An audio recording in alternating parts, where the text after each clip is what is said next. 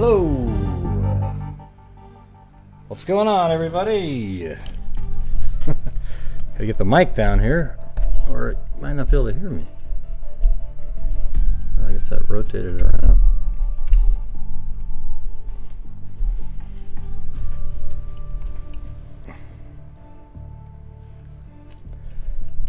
Yeah. But first, I've got some updates to do on different cases, but also I'm working on my coronavirus rap. You guys want to hear just the very first stanza of it? Oh, yeah.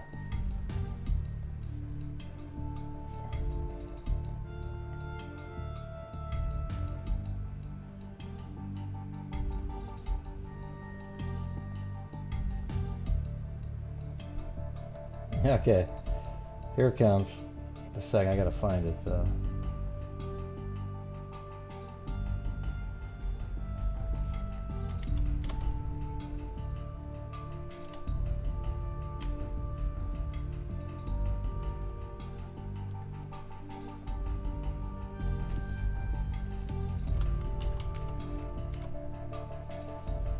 Okay, here we go. There was some... Okay, so I was just doing a test one here, so there's audio, TV you can hear in the background. Okay, it wasn't like a technical thing, but here we go. Coronavirus is not colitis, hepatitis, tonsillitis, gingivitis, or tinnitus. So, protect your sinus, your mouth, your eyes, and don't stand beside us. There you go, man. It puts it all in there. It's telling you it's not one of these things. It's not these diseases or anything. It's just, that's all it is so far, okay? I'll play it one more time so you can actually hear it. But hey, thanks. Wow, Robin Frost. That's very cool. Appreciate it. So here we go, one more time. Oh.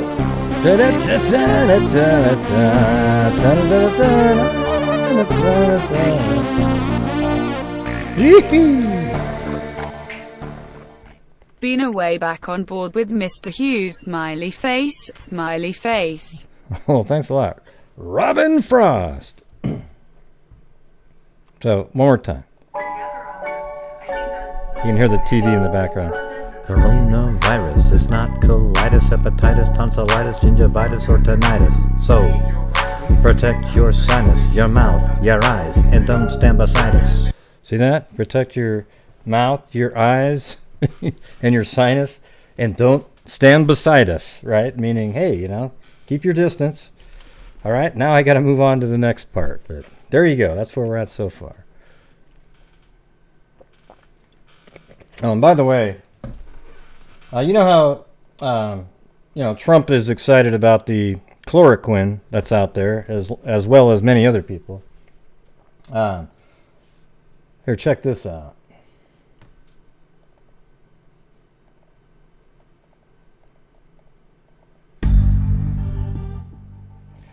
Yeah, health officials warn against self-medicating with chloroquine for coronavirus after man dies from taking fish tank cleaner. Okay.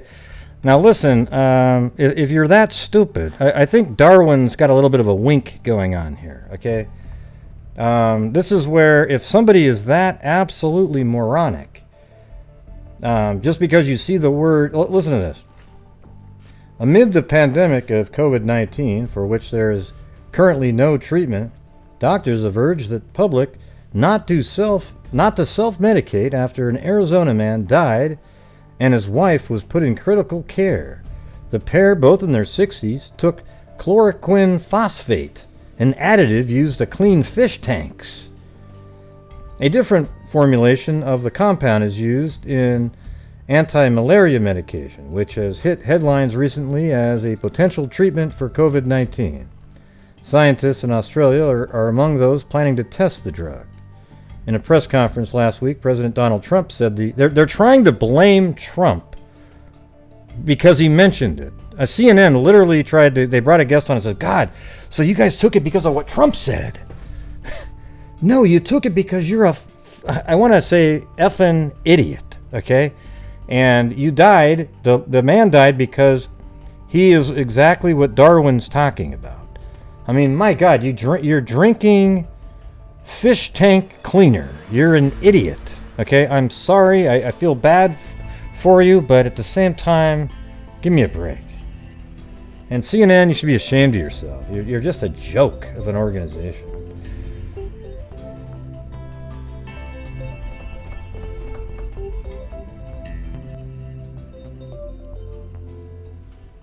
Darwinism at its finest.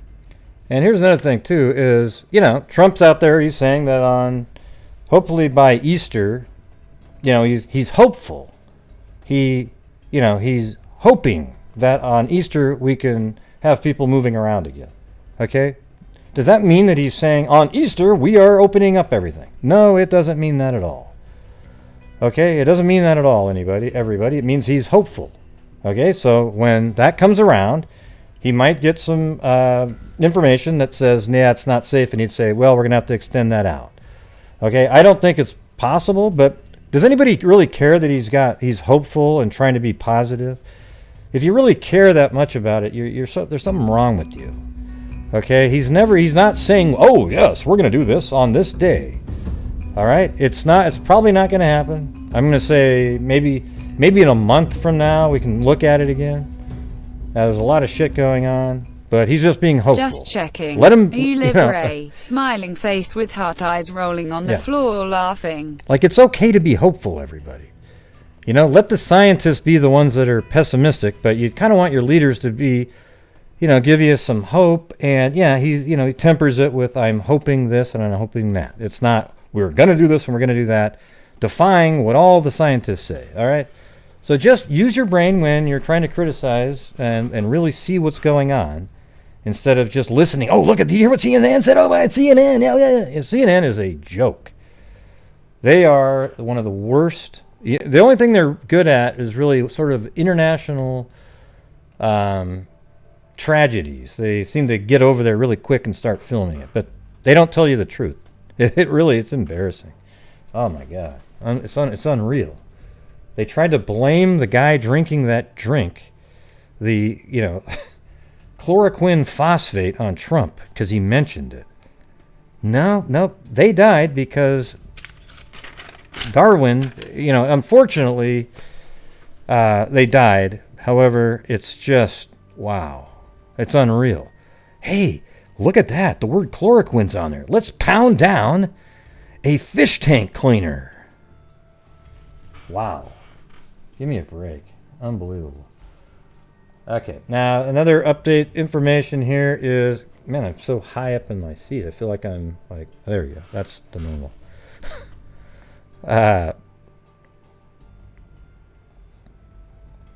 So remember the Jodi Arias case that we were talking about? I mean, we've talked about it many times, but they had that appeal where they upheld Jodi Arias' murder conviction, which isn't shocking at all. But if I was them on their second go around, I would go after the obvious collusion to change the sequencing so that it wouldn't match what Jodi was saying. Okay, that's what I'd do the next time. That would be my final bullet to attempt something like that. Also new at 5, the Arizona Appeals Court has upheld Jodi Arias' murder conviction for the 2008 murder of her ex-boyfriend Travis Alexander.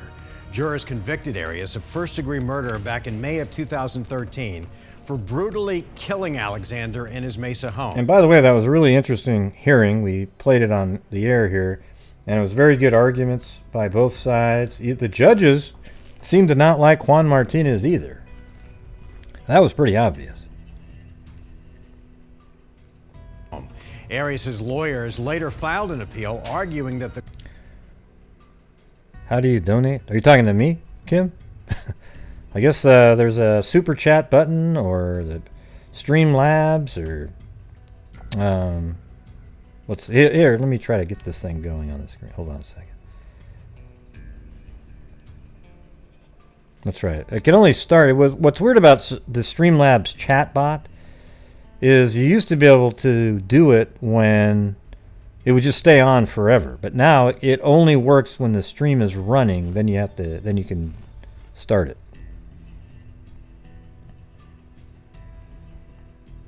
Oh, and thank you, Sean Beecham and Sherlock Hemlock. In Darwinism at its finest.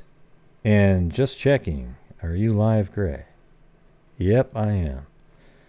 Is it not reading your comments either? Let me make sure. Should be. No, it should be reading because it had the music playing. There it is, Streamlabs.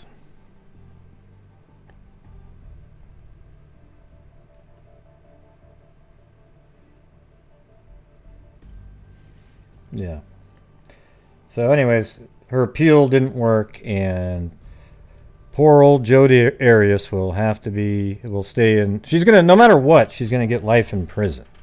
I'm not even sure why she wants to even go do another trial. It's not gonna change anything.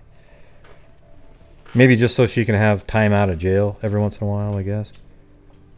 I mean, prison.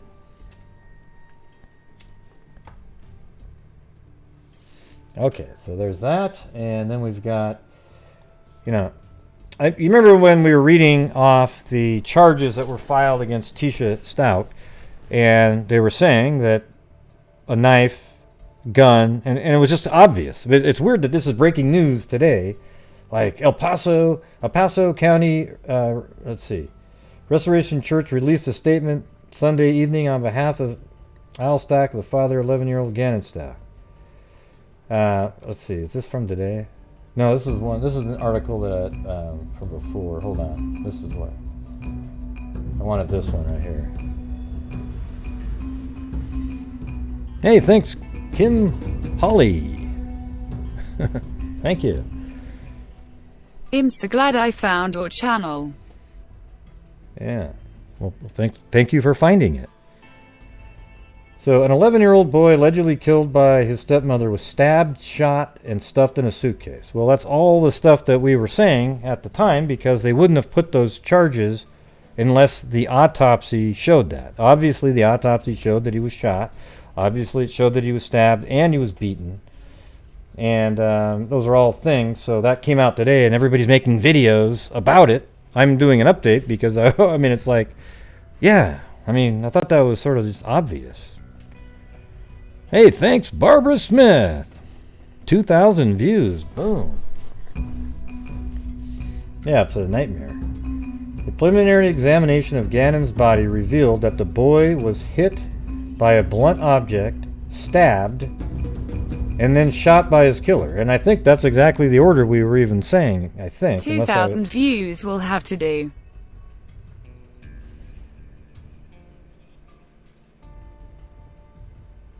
It's not alleged. Yeah, well, it's not alleged. This is what they're saying now. Yeah.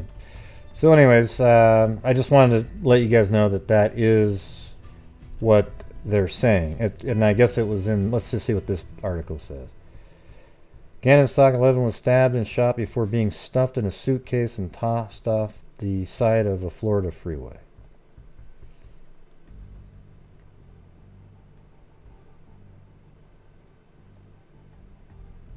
He was reported missing in Colorado Springs back in January. Police arrested his stepmother, Letitia Stout, earlier this month. This afternoon, prosecutors tacked on new charges, alleging the use of a firearm, knife, or sharp object in the murder.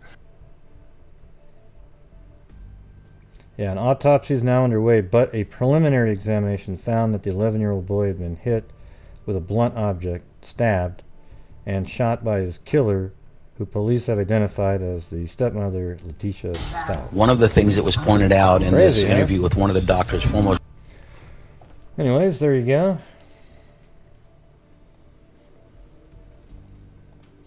And so now I was... Let's see, what was it? I was... It's weird when I go down these long rabbit holes when I actually forget how it started sometimes. But when my rabbit holes are actual... looking into a case, like one thing leads to the next, then the next, and the next. I was on The DNA Doe Project. Hold on, let me find it. Yeah, there we go. So I was on the DNA Doe Project today, and it says Corll John Doe, 1973. And then I read, it says, in the early 1970s, serial killer Dean Corll, a.k.a. the Candyman, killed at least 28 boys and young men, burying most of them in a rented boat shed in Houston, Texas.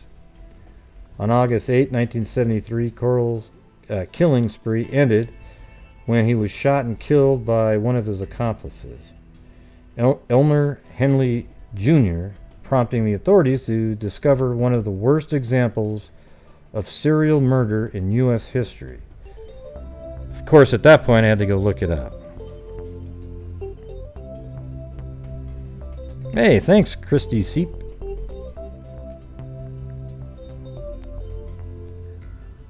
Saved in milk costs triplets not here today.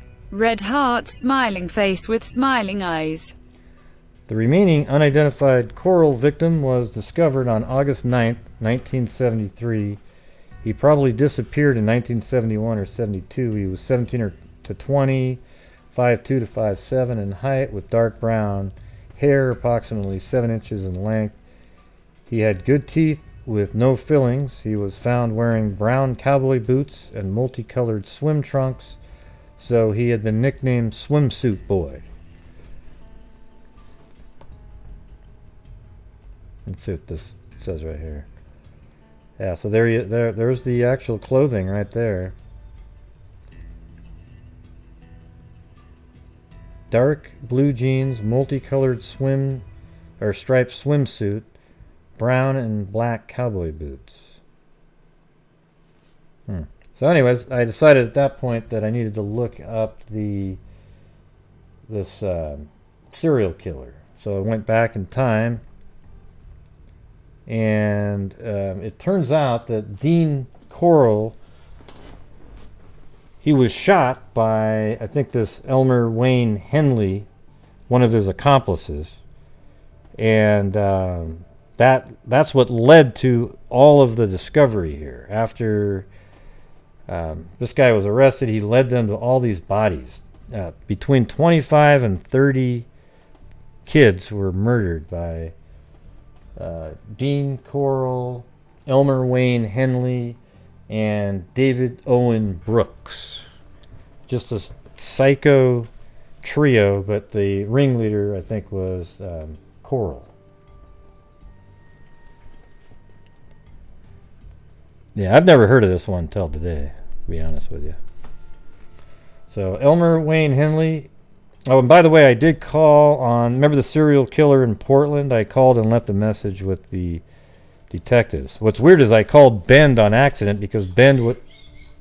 Hey, hold on a second. Why is Blue doing that again? God.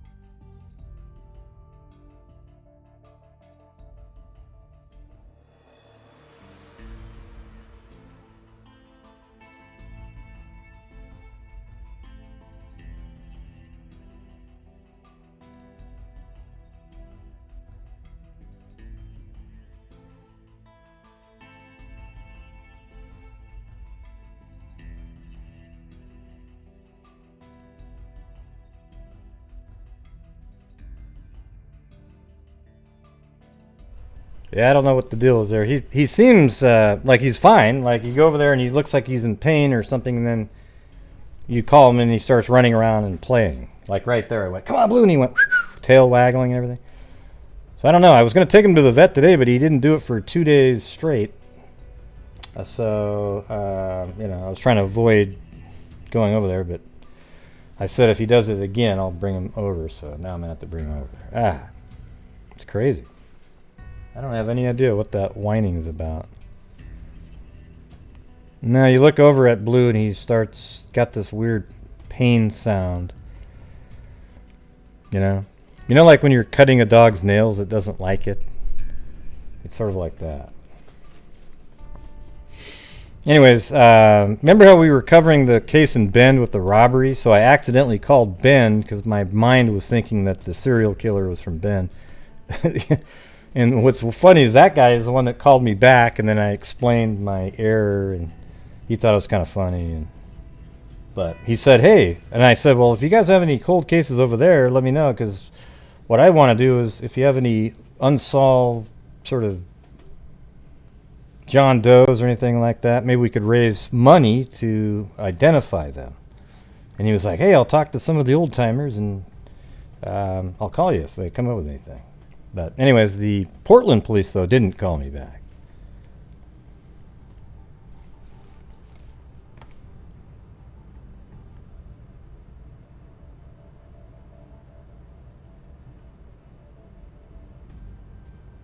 What are you talking about? What are you talking about? Oceanic moonbeams and Shogun. Does it have anything to do with this case that we're talking about, or? Hey, William Zambrano.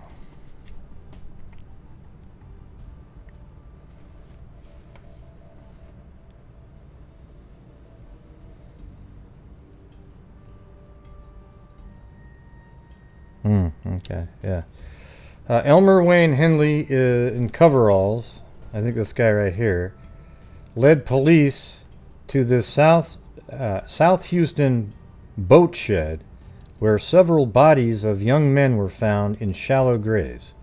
Henley, implicated in the murders of 25 to 30 youths, said he shot and killed Dean Corll, who he described as a homosexual. You know, so the wording here is going to be different than, this is 1973, okay? So just accept that it's not going to be politically correct sounding or anything like that, okay? Who he described as a homosexual to prevent himself from being sexually molested. So he pretended to be one, so, let's see. Who he described as a homosexual to prevent himself from being sexually molested. At right, Henley waits handcuffed in a police car. So that's him there, and he's right there. I think I actually found that spot on Google Earth. I found another image in a heavy.com article. I think it's in this one right here. And I was looking at this image, and then I could see right here in embossed writing, it said 4500 Silver Bell. Okay, so when I went to 4500 Silver Bell, that looks almost exactly what that looked like. Could even be right over here. It says it's a boat storage, and that sort of looks like a boat with a motor on the back. I don't really know for sure, but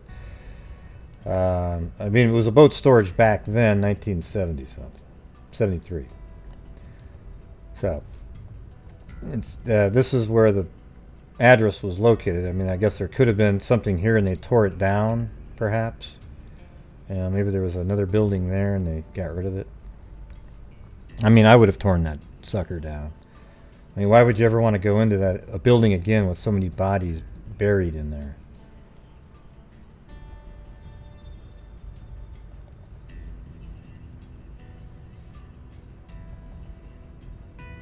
Okay, so this is August 10th, 1973. I think he was shot and killed on August 8th. Two teenagers admitted to police yesterday they were involved with a homosexual friend in the slayings of 25 to 30 young men and boys killed in the last 3 years and buried at 3 sites in Texas. Police, using shovels and heavy equipment, unearthed 9 more bodies in a rusty tin shed in Houston and 2 near Lake Sam Rayburn yesterday, bringing the total discovered to 19. That's crazy. Hey, thanks, Sean Beecham. She loves Gray and the Freak Family.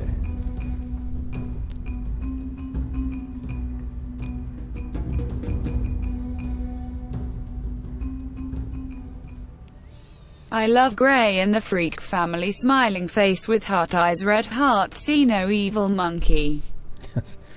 See no evil monkey. Police, using shovels and heavy equipment, unearthed 9 more bodies. Okay, so it said at least 2 of the youths had been strangled and others had been shot in the head. Police Lieutenant Breck Porter said David Brooks, 18, told officers that Dean Corll, 34, a bachelor electrician, and Elmer Wayne Henley, 17, a junior high school dropout, were involved in the murders.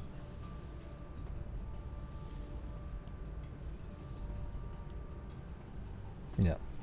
At least 2 of the youths had been strangled. Police Lieutenant Porter, David, Dean Corll, yeah, all right. He had admitted to several of the murders along with Henley and Corll. Porter said of Brooks, he admitted to taking part in practically all of the killings over a 3-year period. Wow.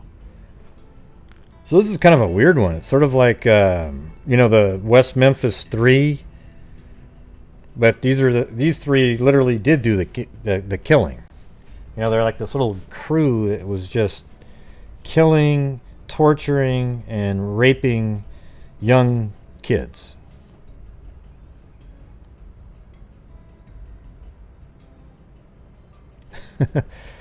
Hey, well, that's what my wife does too, Curious Georgia.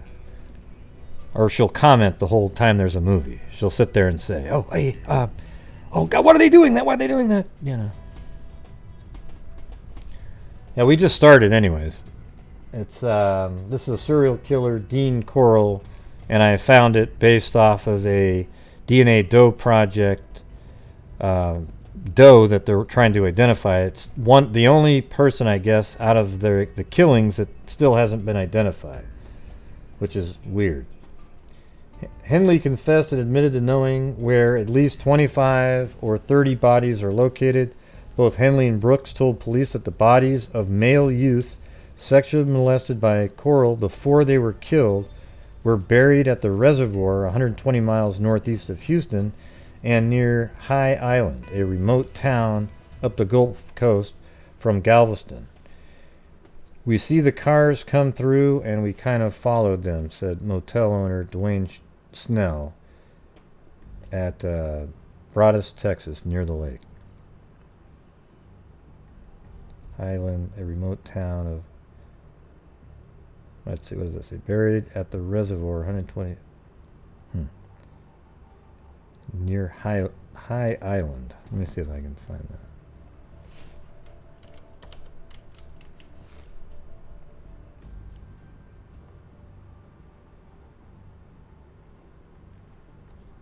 Okay, well, I already had a pin in this area, so I don't know exactly where it was or anything.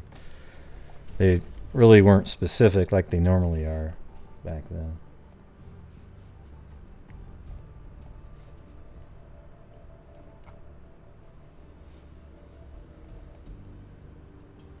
Let's see.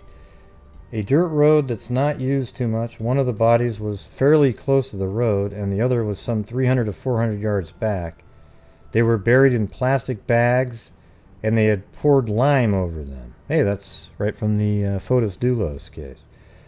It's all growed up. It's just solid woods out through there. Police worked for 2 hours as Henley sat handcuffed nearby and said they would start digging again this morning. They said they would go back and expect to find a grave with 2 bodies in it tomorrow. 8 bodies were found in the Houston boat shed Wednesday, and the other 9 were dug up yesterday by police and jail trustees who worked side by side in. See, now there's Blue growling at something. Hey, what's going on, Blue? Come on, buddy. Come here.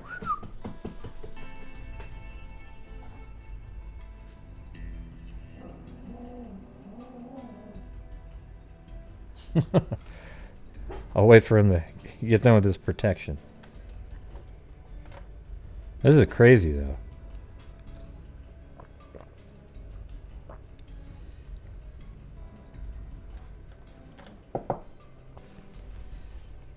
Yeah.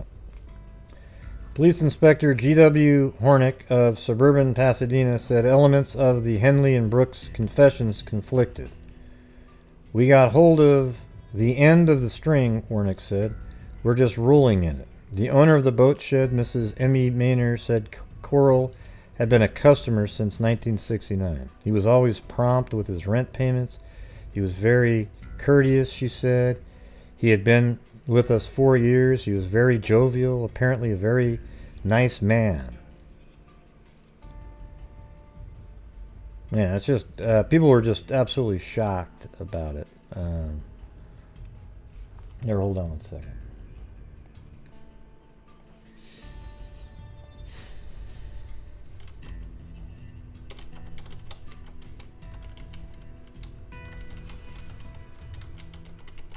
Yeah, there's a picture of him, too, after he was shot. And there's pictures of them digging around, and where is this one? Hold on a second. So look at, there's Corll after he was shot, and you could see he's nude. So he was probably, I guess he was on drugs or whatever, and he was coming after his accomplice, Henley. And he got shot 6 times. And killed him. Could you imagine how many people this guy would have killed if he stayed alive? Wow. Yeah.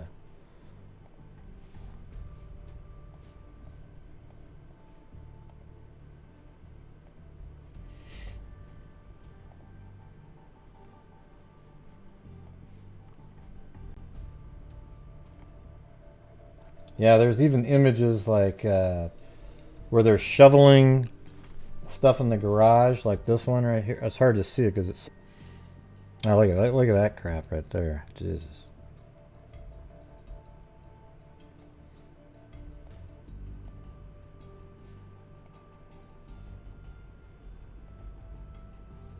I don't know if I'm on the same case right now, but that looks like the same shed that we were just looking at.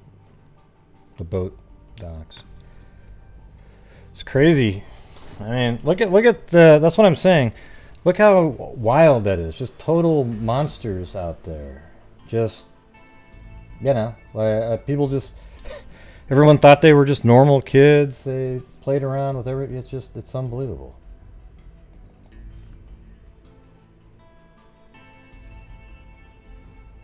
So, Elmer Wayne Henley, he's the other kid, one of the 2 accomplices. They almost seem like he groomed them, though, to become who they were, you know? Who was Elmer Wayne Henley Jr.? He is considerate, the considerate elder of the family, trying to fill an absent father role, going to his brother's school to check on their progress? Or is he the sadistic killer, doing the bidding of some monstrous homosexual... I'm not sure, I don't want to say that word there. Helping kill 27 teenage boys in the worst and most bizarre murder spree in U.S. history. In the small holding cell under brilliant lights waiting for a court hearing Monday, he seemed more frail than his 120-pound, younger than his 17 years. He sat head bowed, and his thoughts, his memories were his own.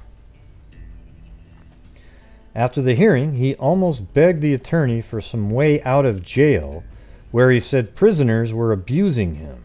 The answer was no. Henley's expression didn't change. He was taken into custody after calling police. Yeah, see? You know, if you're going to kill kids, you better watch out when you go to prison. It's not going to be fun for you. Sean Beecham. Gray keeps me calm hey, during Crime bad Canary, times. just let me do the Crown story, Blue okay? Heart, Thanks. United Kingdom. Yep. Thanks, Sean Beecham. Yeah, he was taken into custody after calling police to say he had shot and killed Dean Allen Corll, a 33-year-old man he looked to as a brother. He said he killed him to save the lives of 2 other potential victims. Then he and David Owen Brooks, 18, took authorities on a tour of 3 burial sites which have by now yielded 27 bodies and may yield more.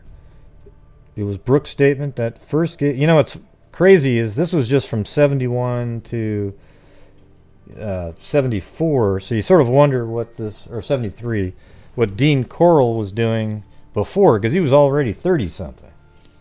So before he got these two helpers, maybe he had killed other kids prior to that. We just don't know.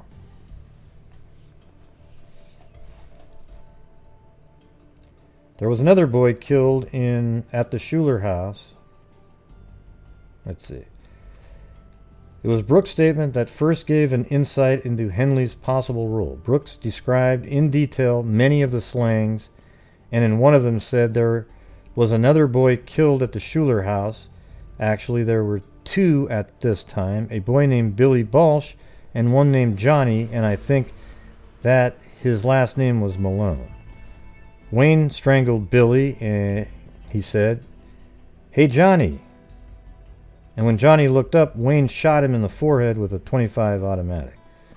The bullet came out of his ear, and he raised up about 3 minutes later, and he said, "Wayne, please don't." Then Wayne strangled him, and Dean helped. Well, hey, there you go, everybody. .25 caliber shot right in the forehead, came out his ear, and it didn't kill him. Everyone says, "No way!" You know, like with Travis Alexander, right?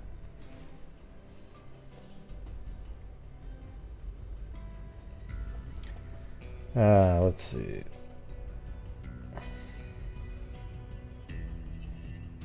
Wayne took part in getting the boys at first, and then later he took an active part in the killings. Brooks said in his statement, Wayne seemed to enjoy causing pain, and he was especially sadistic at the Schuler address. His attorney says that up to 4.5 months ago, he was taking a tranquilizer for nervousness. A neighbor says he used to stare into the distance, distracted as though he were sedated or had been drinking. His minister said, I didn't even take the boy to be nervous or upset. The greatest problem he talked to me about was his mother and family. He had a deep sense of responsibility and felt he was the breadwinner. It is difficult for me to believe the boy was this deeply involved, said the Reverend. Yeah, I mean, so these guys always hide in plain sight, basically. And the older guy, Corll, he would give, he'd pay money to, I think that's how he first met Henley and Brooks here. He gave him money for sexual acts. And then I guess apparently he must have recruited them. But, this guy, he worked at a candy store, and apparently he would use that to entice some of these other kids.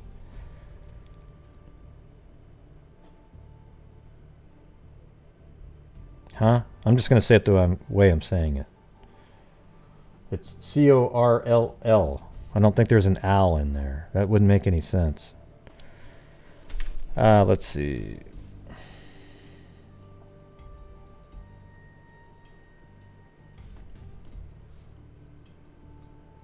Okay, now here's the article.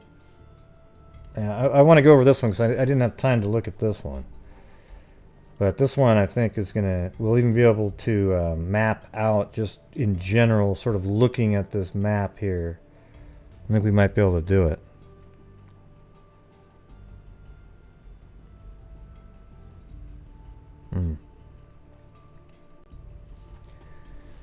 Let's see. David Owen Brooks, 18 of Houston, admitted to officers here on Friday that he was involved in the homosexual slangs. I wonder why they keep saying that. There was a girl that was killed in this, looked like. Homosexual slangs of between... I mean, I guess he was gay, though. Corll. Between 25 and 30 youths. In the statement to police and obtained from sources, Brooks recounted how Dean Corll, 33, and Elmer Wayne Henley, 17, killed the young males. Corll was shot to death by Henley Thursday, and Henley also made statements admitting he participated. So that he was killed Thursday, and I think this is Sunday, maybe? No, it's Saturday. Okay. Here are excerpts from Brooks' lengthy statements to police. I came to the police station on August 9th to make a witness statement. In that statement, what I said was partially the truth. but I left out the fact I was present when most of the killings happened. I never actually killed anyone, but I was in the room when they happened and was supposed to help if something went wrong. The first killing that I remember being present was at a Houston apartment. That boy was Reuben Haney. I also remember 2 boys who were killed at another house, Houston apartment. They were brothers, and it's hard to read this, really bad copy of it. They were brothers, and their father worked next door where they were building some apartments. I was present when Dean killed them by strangling them, but again, I didn't participate. It was during the time that we were living on a Houston street that Wayne Henley got involved. Wayne took part in getting the boys at first, and he would pay them, I think, $200 to go out and find a boy. So Corll would actually pay Henley $200 to bring him back, some of his victims. Isn't that crazy? Wayne seemed to enjoy causing pain, and he was especially sadistic at the Schuler, another Houston address. Most of the killings that occurred after Wayne came in the picture involved all 3 of us. Wayne killed Mark Scott. I think he strangled him. Mark was either buried at the beach or the boathouse. There was another boy killed at the Schuler house. Actually, there were 2 at this time. A boy named Billy Balsh and one named Johnny, and I think that his last name was Malone. Wayne strangled Billy, and he said, "Hey, Johnny," and when Johnny looked up, Wayne shot him in the forehead with a .25 caliber automatic. The bullet came out of his ear, and he raised up about 3 minutes later, and he said, "Wayne didn't, please don't." Then Wayne strangled him, and Dean helped. Jeez. Dean moved to another Houston apartment, and I remember him getting one boy there by himself.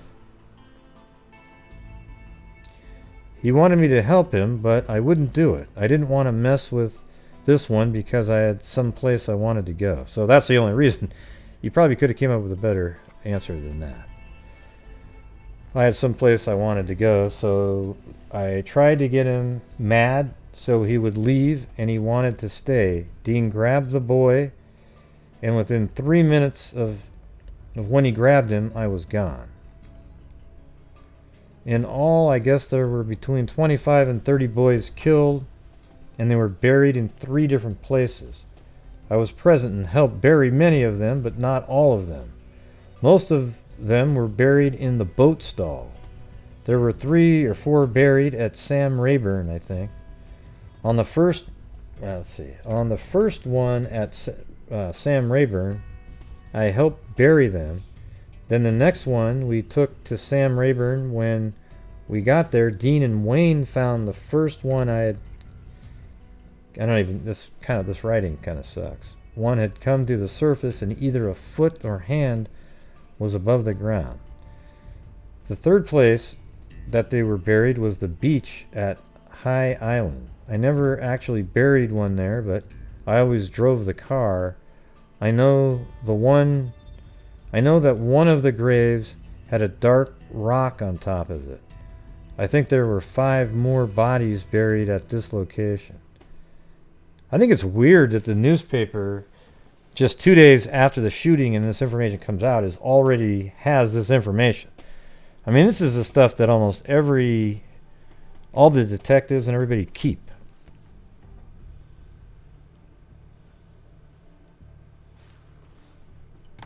I don't know, Curious Georgia. I'm trying to just cover the case. All the emojis are in there. They're all there.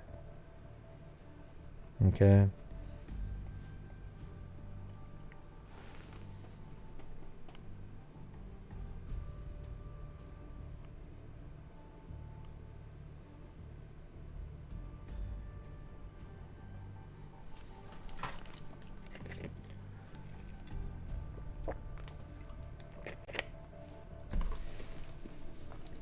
The third place that they were buried was on the beach. I regret that this happened, and I'm sorry for the kids' families. I'm making the statement of my own free will. So they released his entire statement. That's wild. So let's see if we can find on the map where this is. Bodies found. They have two. See it, Highland. Okay, Highland, they weren't really that specific, but let's see. What is it, Lufton?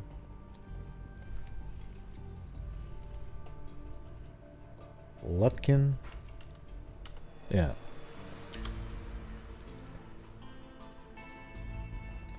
It's right there, and then there's...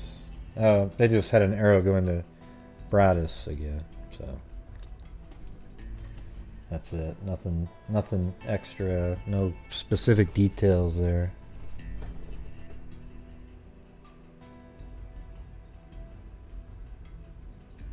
Yeah, well, it's in there, so it doesn't really matter, Curious Georgia. Yeah. There's not some kind of penalty thing that I say, oh wow, I can remove your, you know, I mean I can give you the right there. That's this one.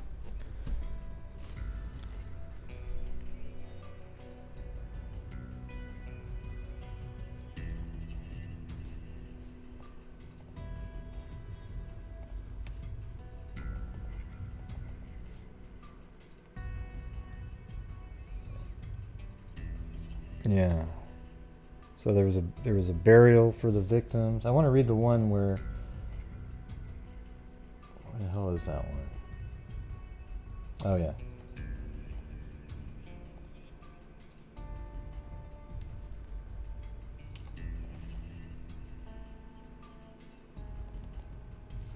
Okay, so this came out right 2 days after the shooting.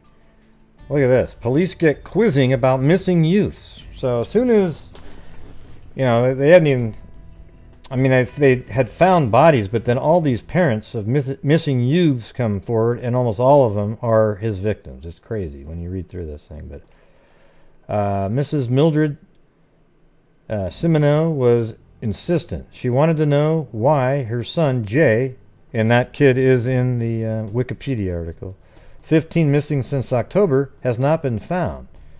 She has good reason. My son used to play with those two. Oh boy. You know what that means. She explained that Jay was a friend of two teenage youths whose pictures, so that means Brooks and Henley. So that means, oh man, that must, just think how freaky that would be. You see these two kids and they're associated with bodies being found, and your son played with them and he's been missing. So you know at that point, oh wow. She explained that Jay was a friend of two teenage youths whose pictures had appeared in a newspaper as being among the possible victims in a weird sex murder case that has already led to at least 24 teenage victims and could go as high as 30. Mrs. Simoneau concern is one of many. The Houston Police Department Missing Persons Bureau had been besieged with calls of anxious parents from across the nation since the case broke Wednesday. Identifying the young victims is no easy task. Finding a missing youth is particularly difficult because there are no police pictures or fingerprints of juveniles, said Willard K. Branch, a police supervisor. All you have is a name, and they sometimes use a different name. Some parents with sons on the list of possible victims have been critical of the Bureau at times, and police acknowledge they have trouble convincing people. They have they have a very difficult job. Let's see. Here are brief backgrounds on some of the boys police list as possible victims. James Stanton Dramala, 14, son of Mr. and Mrs. James Douglas Dramala of suburban Pasadena, missing since August 3rd when he left home on a red bicycle and later reported by telephone he was staying at an all-night party. The police didn't go out looking for him, said the Dramella boy's father. They told us they would just pick him up if they saw him. Mark Scott, 19, son of Walter Scott, Houston, missing more than a year.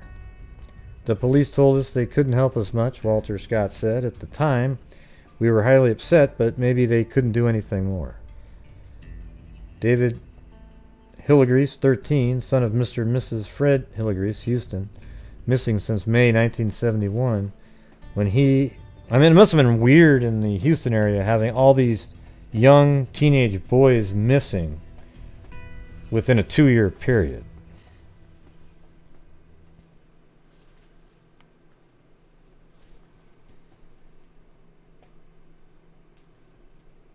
The police ought to get in there and go full blast. I expected more intensive search by police because they have trained personnel to find out a hell of a lot about where he might be. Yeah.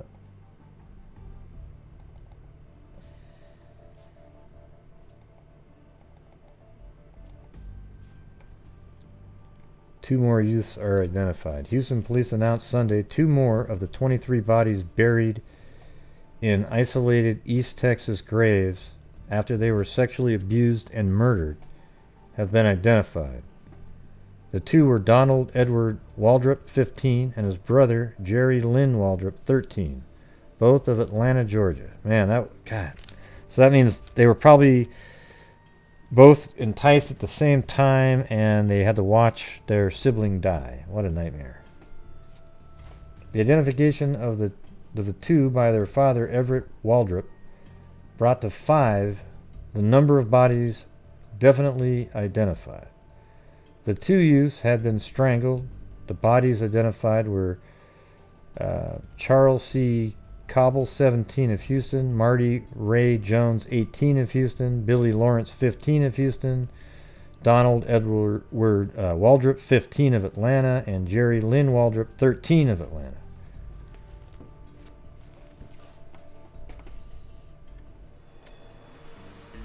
Man.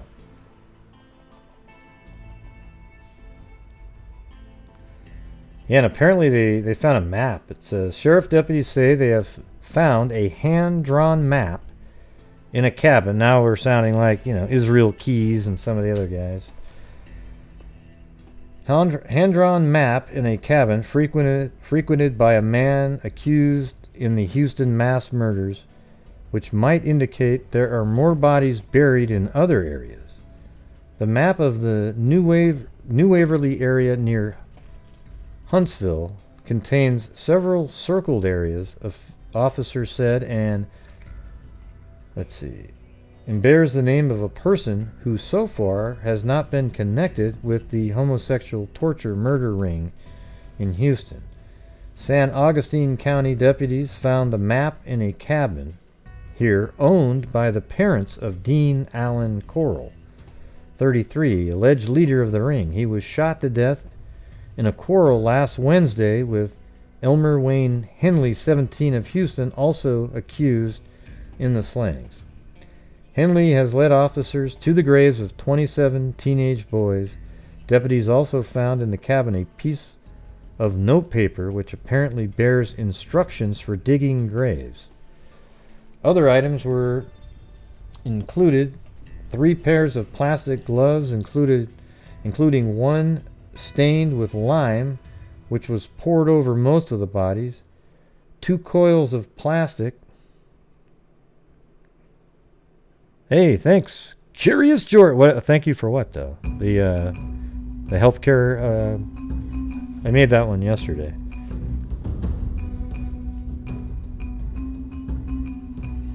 Yeah, this one's pretty interesting. Thank you, Gray. Yeah, it's weird. I mean, imagine how many kids, like 30, there must have been some sort of, in the police force, people thinking to themselves, that's an awful lot of teenage boys that are missing. And, you know, probably the parents were saying stuff like, hey, they wouldn't do that. Yeah, this isn't like them at all. Thanks, Cairo. Yeah, just make sure you don't drink any of the fish tank cleaner, Cairo. I know that's tempting if you're driving around. They're saying that... I know you wouldn't do it.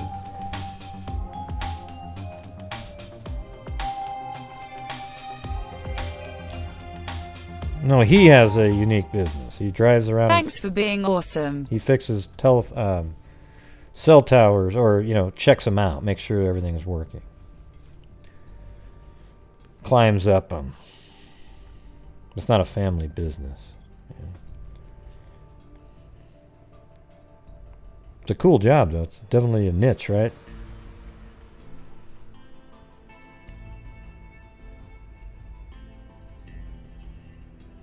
Yeah. So let's see, over here it says 3 pairs of plastic gloves, including one stained with lime, which was poured over most of the bodies, 2 coils of plastic, a roll of plastic bags, each 3 by 6 feet. God, so he kept all, like, his kill kit and everything was stored over at his parents' cabin. Wow. The bodies were buried in a rubber device 2 feet long with 2 loops in one end. Houston Police Chief Herman Short told reporters Monday a torture board, similar to one found in Corll suburban Pasadena home, was discovered in the cabin. Short said he believed some murders had been committed here. Wow. He also said it was possible some murders had been committed in the Beaumont area, but refused further comment about that. Owners of the other cabins in the area, about a mile from where Henley was located, promptly sold their cabins and got the hell out of... No, it doesn't say that. Henley located 4 graves, reported that Corll, Henley, and David Owen Brooks, 18, also charged in the case, were frequent visitors at the Corll cabin. So all 3 of them would go there.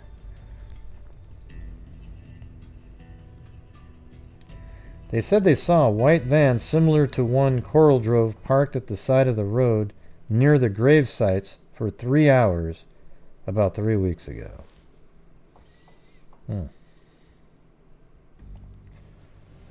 Insanity.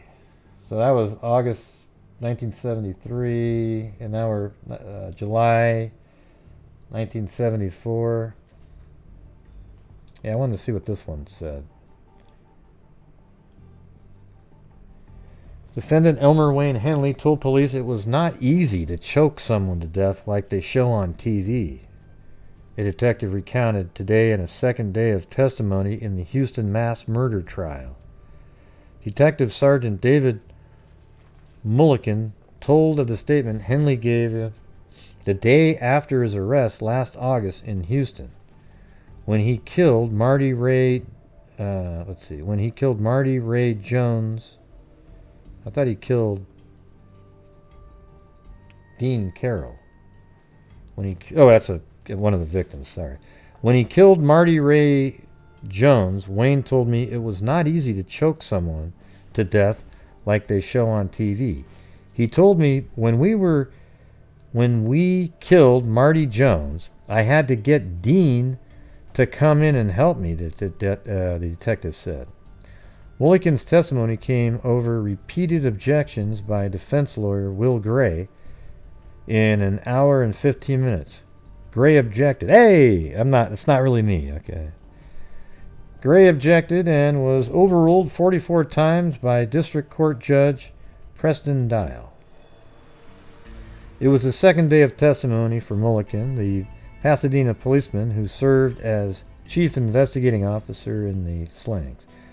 Yesterday, while the jury listed District Attorney Carol Vance. Hey, thanks, Slots Lover. Hey, where you been? Remember Slots Lover from... What cases were we talking about back then? You'd be over there at the... playing slots. I remember that. I haven't seen you in a long time. Good to see you again. Slots Lover. I can't even remember what cases those were. That's sort of, let's see. Yeah, I just don't. Maybe Molly Tibbetts, something like that. You guys remember her, right?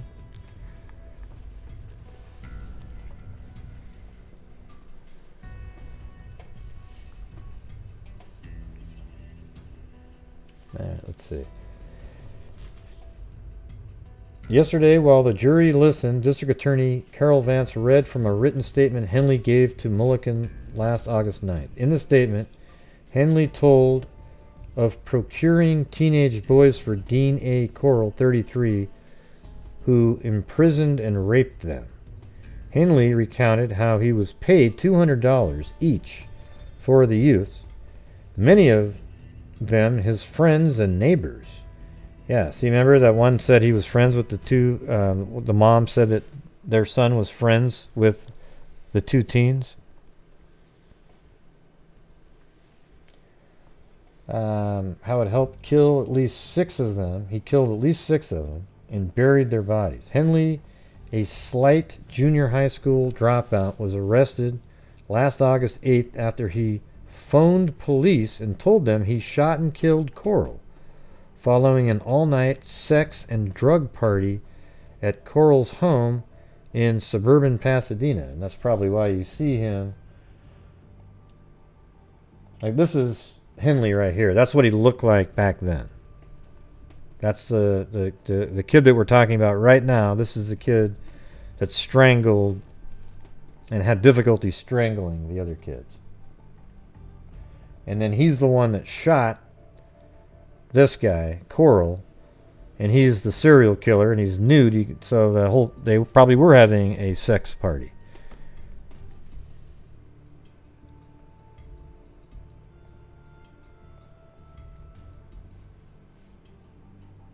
That almost looks like an arranged photo. It's almost like too normal looking. But this is him while he's sitting on the road and they're looking for the bodies.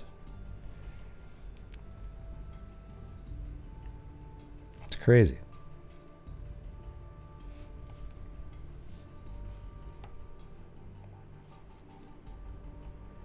Henley, let's see. Another youth, David Owen Brook, 19, has been charged in 4 of the 27 deaths. Brook's trial date has not been set. In testimony yesterday afternoon, 30 objections by defense lawyer Will Gray were denied by District Court Judge Preston Dial. 6 of the bodies discovered in a boat shed in Houston, a wooded area in San Augustine County in East Texas, and on the beach at High Island are still unidentified. Okay, so right there you've got one of the people that the DNA Doe Project is talking about is one of those 6. They obviously identified the other 5. Seems kind of strange that no parent would have came forward and said, hey, that could have been our kid.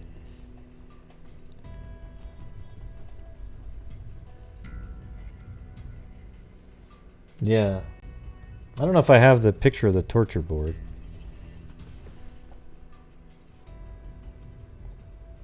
I was just looking at other stuff at that time. Let's see. Dean Corll.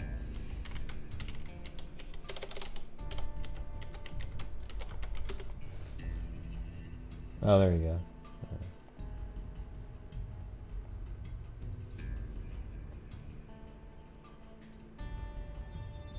Right there, I guess.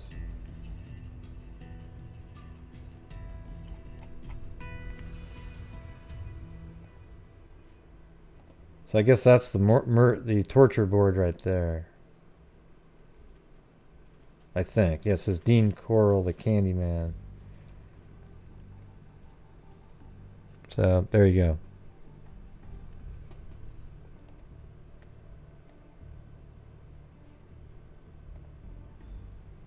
And then there, yeah, I saw this picture earlier. See I don't know if that's the board right there, but let's see. And there's a better sample of it with handcuffs and rope. Yeah, it's weird. I've never even actually heard of this guy before. That's somebody. He's getting a drink of water. It's just sideways. And then this is inside the boat. You know, the building where they store boats. And I mean, I think that's a skull right there. They're just shoveling body parts out of there. And then Dean Corll is one of these two kids right here. And this is, well, I guess this is Corll and Henley. So that would be Henley and then Corll right there. And then here are some of the bodies still wrapped up, look like they're nude even, inside plastic.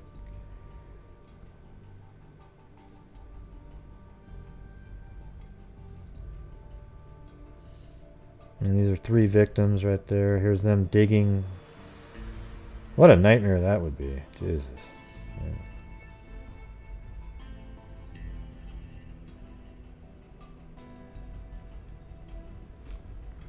Yeah. So I think I've got the right spot. Let me just see if I got the. I'm gonna go right here and see if there's a cell tower right next to the area. I think I can almost see it. Let's see. Oops.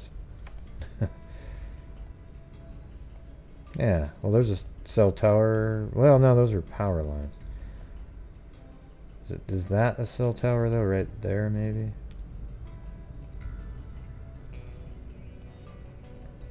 Oh, okay, so that we don't know if that's probably a power line, not a cell tower. But yeah, so this is in the right spot. Definitely you see these out there.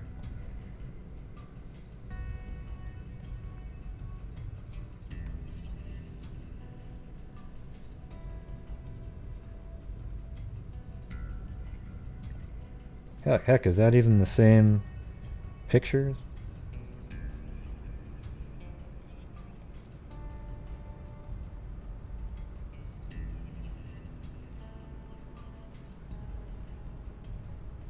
Yeah.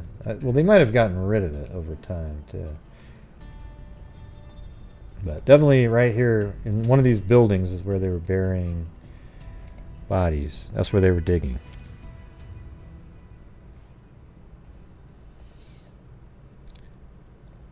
Yeah, but they did say that they were kind of lured, enticed with candy, you know, like just pot and things like that.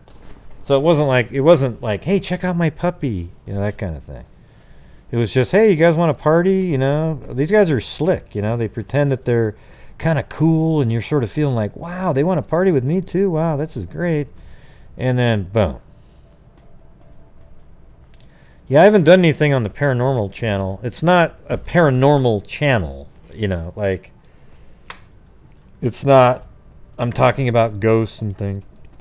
What my personal personal paranormal channel is about is for people to tell those stories where it's just something weird that happened that they can't explain. Okay, that's it. It's not EVP readings. It's not psychic. It's none of that shit. Okay.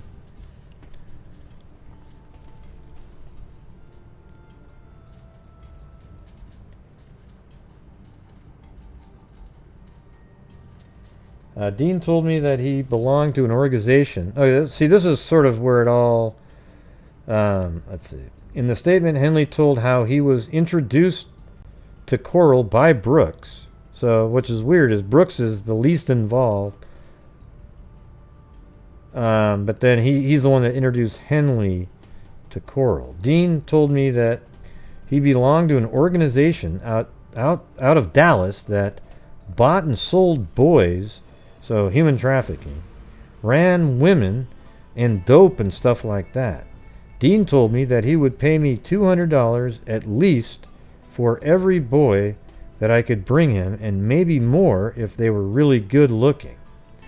Henley said in a statement he refused at the time, but a year later helped Corll lure a teenager to the Corll apartment and trick him into trying on handcuffs.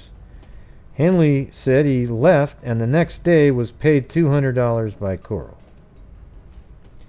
Then a day or so later, I found out that Dean had killed the boy. Henley said in a statement before killing the youth, Henley added Corll had homosexually raped him. That's a quote, okay? I'm just reading straight from the article. This was the start of the whole thing, the statement said, and since then I have helped Dean get other boys, I don't remember exactly how many. After having homosexual relations with the youth, Henley said Corll would kill them. I killed several of them myself, and Dean's gun, with Dean's gun, and helped him choke some others. Then we would take them and bury them in different places. Henley is charged with killing Charles C. Cobble, 17, and Marty Ray Jones, 18. Both. I don't know how they were able to do anything on Henley. Why couldn't Henley just say he had nothing to do with it and blamed everything on Corll? I don't know how they can prove at all that Henley actually did it, except if he was telling the truth and said that he did it. He is also charged with the death of Frank Anthony Aguirre, 13, a boyhood playmate. Johnny DeLone and William Ray Lawrence, 15, also neighbors, and Horner Garcia, 15, with whom Henley attended a driving school. I shot Charles in the head with Dean's pistol. Then we buried him in the boat stall, Henley said in the statement. Jones, then Marty Jones, me and Dean choked him and buried him in the boat stall. We killed a boy by the name of Billy Lawrence. I don't remember how we killed him, but we buried him up at Dean's place on Sam Rayburn Lake.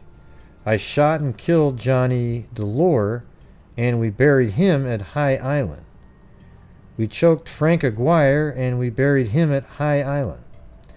The last one I can remember, their name is Homer Garcia, and I shot him in the head, and we buried him at Rayburn.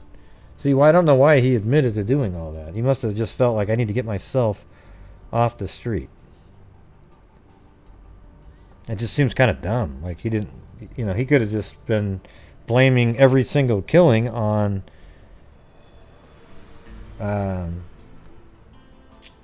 Corll, and there's no way they could have proved otherwise. So good for him for, you told the truth and you're punished for it. Thank you. And he should be punished because you actually, maybe he has a conscience. Yeah.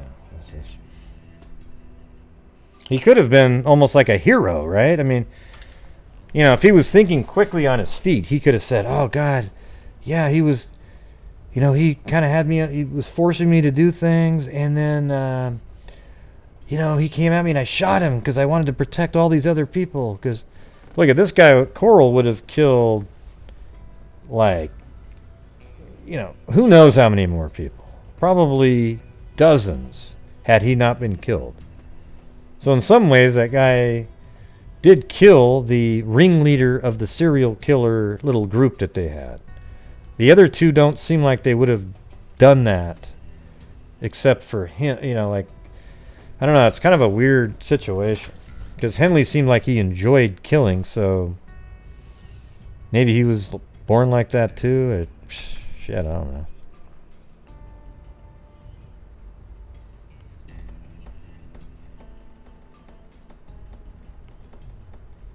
No, I think he worked at a candy store and he used it.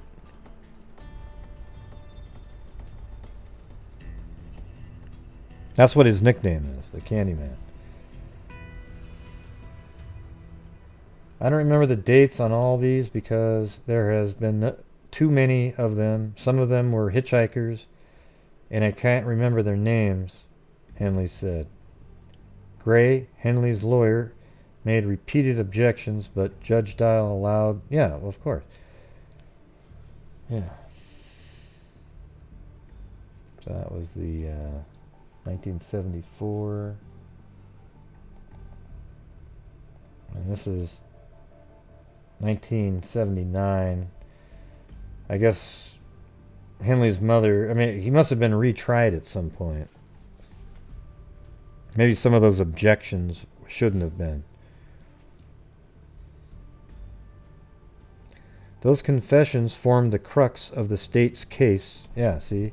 As prosecutors convinced, this is 1979, an 8-man, 4-woman jury to find Henley 23 guilty of 6 murders in the Houston mass slayings of the early 1970s. See? And those confessions are the answers. You know, so had he not confessed to that and blamed it all on Corll, it might have worked.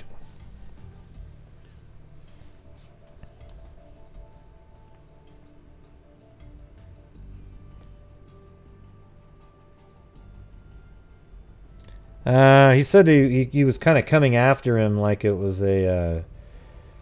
he was on a drug-fueled party, and he came after him and he shot him 6 times in the chest.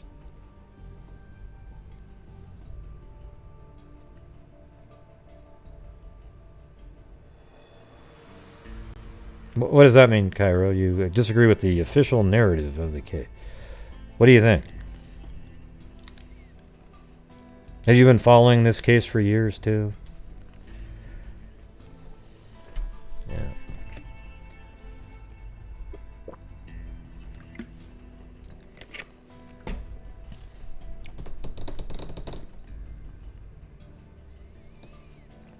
I don't even know what the official narrative is. To me, it seems like the Corll is sort of the main killer, and then he sort of befriended 2 youths that he thought could help him get more of his victims for him, and they too were evil as well. They didn't mind killing people.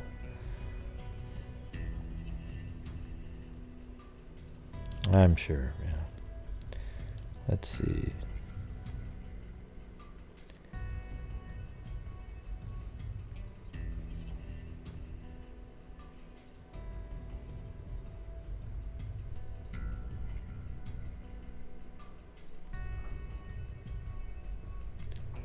Sounds cooperative when Stephen Stainer kidnapped and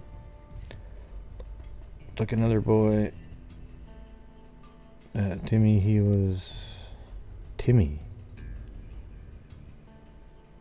I don't get it.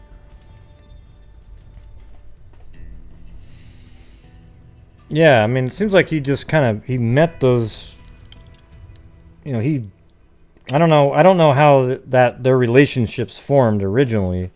But he probably needed to have a couple kids that could go get other kids as if they're their same age and like, you know, buddies and so forth, right? I mean, so, you know, like a 35-year-old, it's weird if you go up to a 15-year-old and say, hey, man, you want to go have some dope? But if you can get other, you know, 15, 18-year-old kids to go out and get them for you, and then you pay them $200, you're sort of using them like that. But they seem to enjoy the killing part too after a while. It's kind of weird.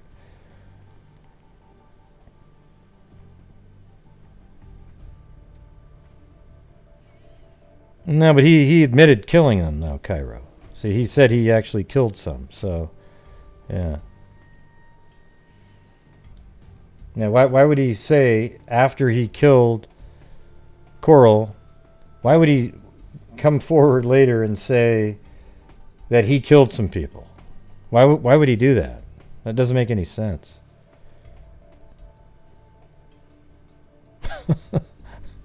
Thanks, Curious Georgia. That doesn't make any sense to me.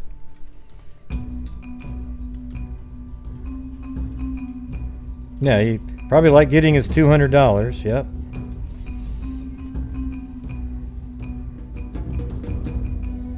Yeah, I mean, this is actually we just looked at his actual statement that he made, and that's why he keeps being put in prison. You know, all these different, every time it's his confession. So you think he was like coerced into his confession? Yeah. Well, just type in, why do you think was he coerced to put in a confession? And he was really specific, too, on how he did it. Like, one time he was choking somebody, and he was having a hard time, so he had to get Dean to come in and help again. Come on. Yeah, he obviously had something to do with it.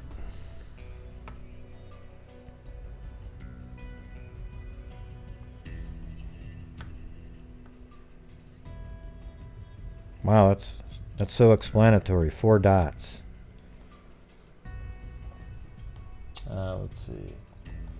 So I'm going to go to this is like 1984. Somebody in Canada did a story on it.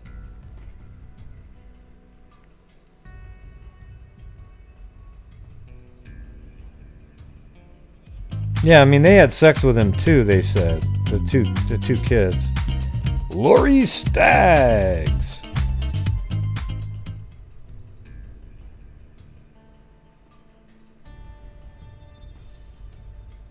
Yeah, I mean, you know, I haven't read the book or anything like that. I'm just saying. Yeah, everybody type in 4 dots.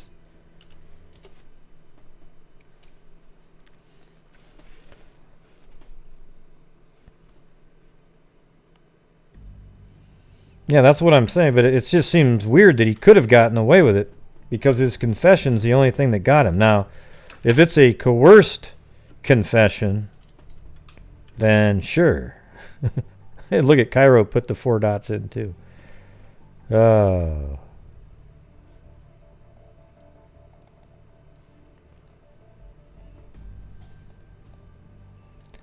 Yeah, so do you think it was a coerced confession, Kyron? Just say yes or no. That's an easy yes or no question.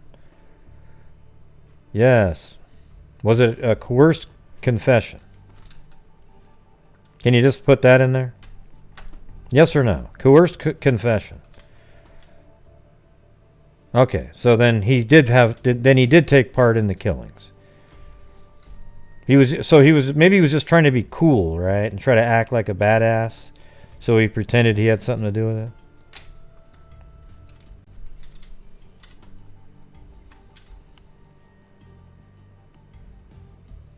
Yeah, I don't agree.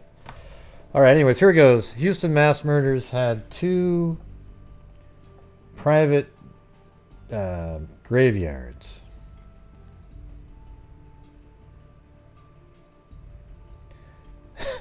No, never. Come on, Kyron. You think you have a different opinion. You don't have to think that.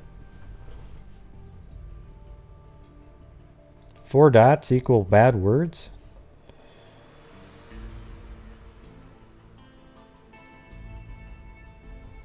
I mean, there could be another explanation, but I just don't understand why he would say, and he was really detailed about, like, yeah, man, I was trying to strangle him with my hands. It's really hard, and then he had to come help.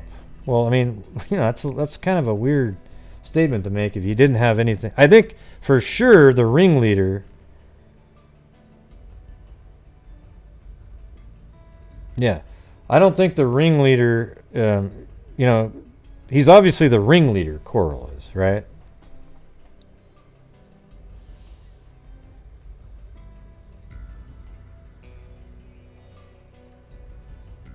Right.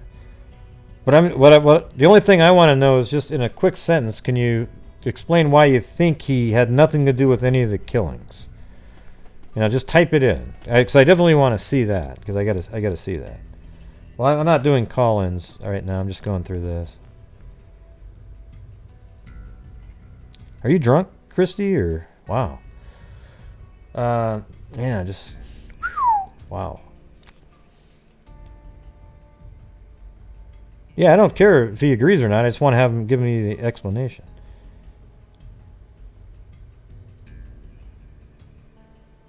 Okay, so you think not one of the people he ever killed, he only brought them back home, even though he says he choked one and he needed help at one point.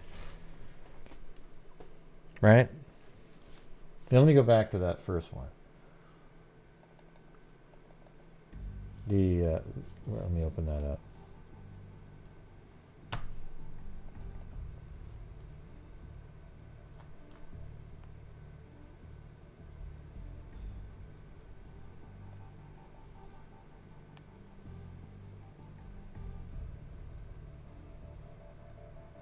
No, it doesn't say like forced participation.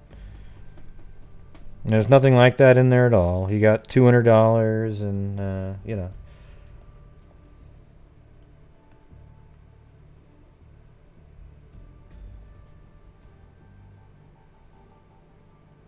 Let's see. Third place. I don't even know what article had that in there. No, I can't find it.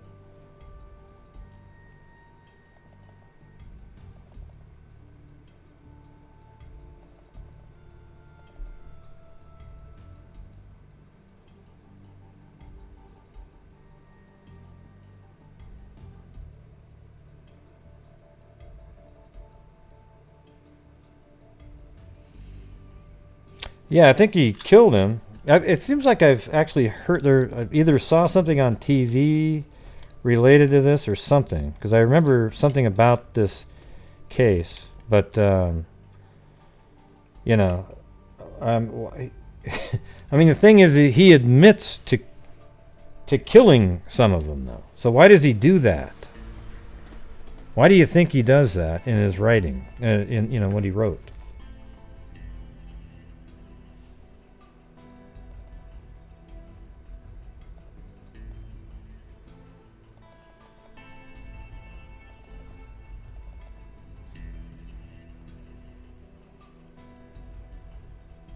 You know, that's weird. There's something about that seems really familiar. Like I've heard about, because the part about where he was at the house and he killed him is something that sounds familiar to me from somewhere.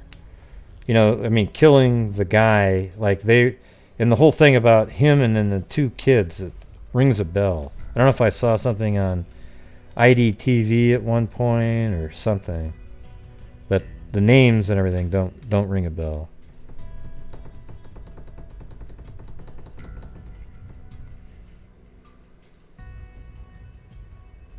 Maybe that was it.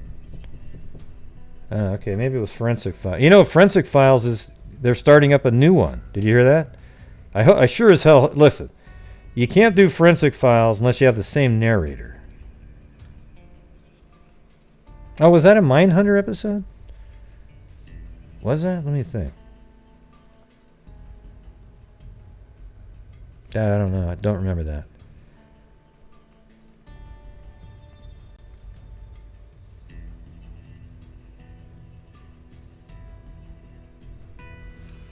No, they're pretty good, actually. A lot of really good shows on IDTV. Break things down really well. Yeah, Forensic Files. Yeah, so have you seen any? Okay. If you don't have the same narrator, it's not worth watching. Because the original Forensic Files series was pretty good.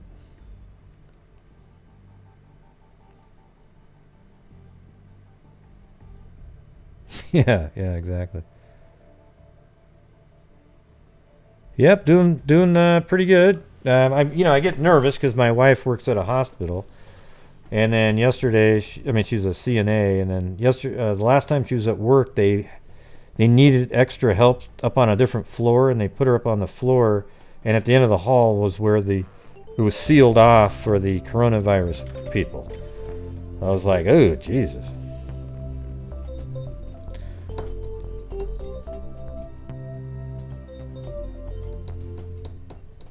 Hi Gray, hope you and yours are well. Yeah. Well, thanks. How come I can't find the one I was just looking at? That's crazy. Maybe it was this one, 1970. Okay. Let's just read this. This is Henley's statement.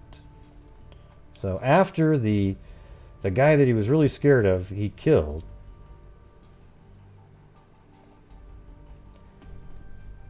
He told me when we killed Marty Jones, I had to get Dean to come in and help me, the detective said. Mulligan's testimony came over repeated objections. So they are objecting, his attorney is, but Dean told me that he belonged to an organization out of Dallas. Let's see. Okay. When he killed Marty Ray Jones, Wayne told me it was not easy to choke someone to death like they show on TV. When we killed Marty Jones, I had to get Dean to come in and help me. So it sounds like at least one instance, you know, maybe that's the only one, that he was trying to choke somebody, but then then he calls Dean, and then Dean ended up killing him. Other than that, I actually don't see any other instances in this quote confession here that literally says, yeah, I grabbed a gun and shot him in the head. So, because you can make an argument in this one here that even though maybe you could get him on attempted murder, but Dean came in and finished it off apparently. Hey, thanks, Sherlock Hemlock.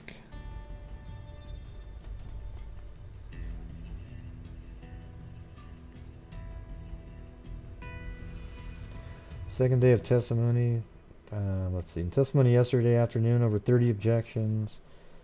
6 of the bodies discovered in the boat shed in Houston, wooded area. In the statement, Henley told how he was introduced to Corll by Brooks when he was 14. Dean told me that he belonged to an organization out of Dallas that bought and sold boys, ran women and dope and stuff like that. Dean told me that he would pay me $200 at least. Henley said in the statement he refused at the time, but a year later helped Corll lure a teenager to the Corll apartment and trick him into trying on handcuffs. Henley said he left. Okay, then a day or so later I found out. Yeah.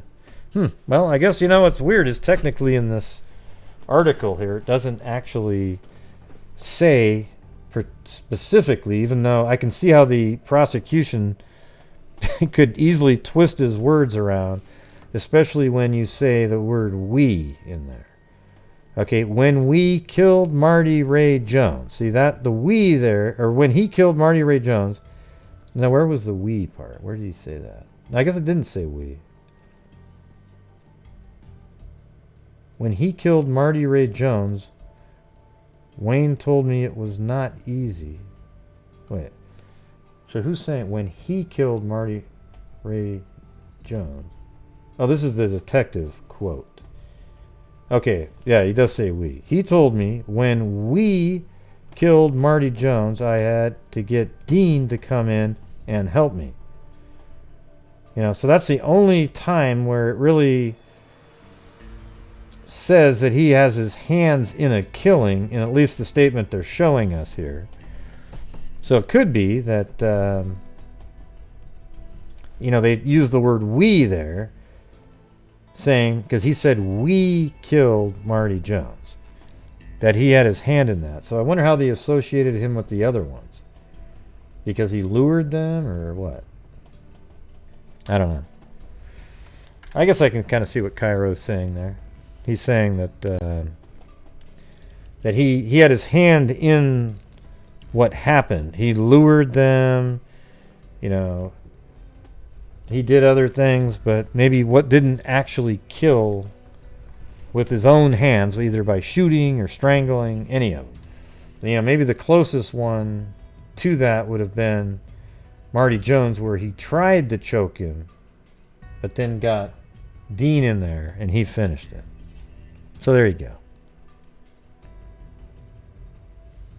What do you guys think?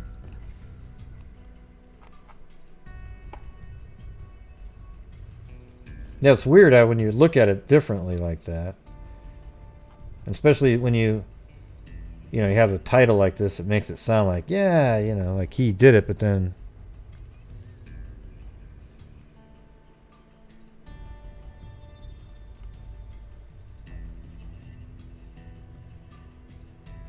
yeah, it's pretty whacked out, this story. You know, it's weird though. I definitely remember something about this story, but I didn't remember any of the names or any of the details, but I remember a story with an adult who lured in, who had 2 younger sort of kids that would go get him other kids.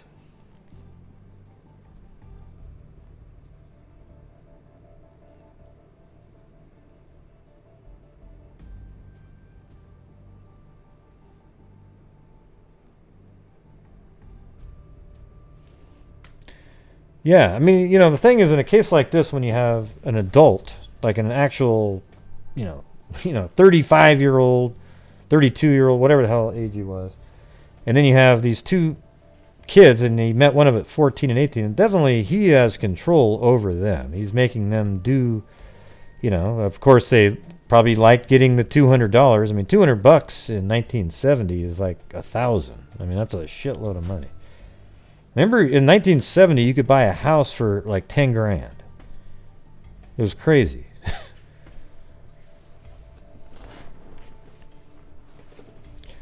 Yeah, this one was just totally random. I went to the DNA Doe project, and I just happened to see this case, and then I went, wait, what's this? And then it just led into all this other crap.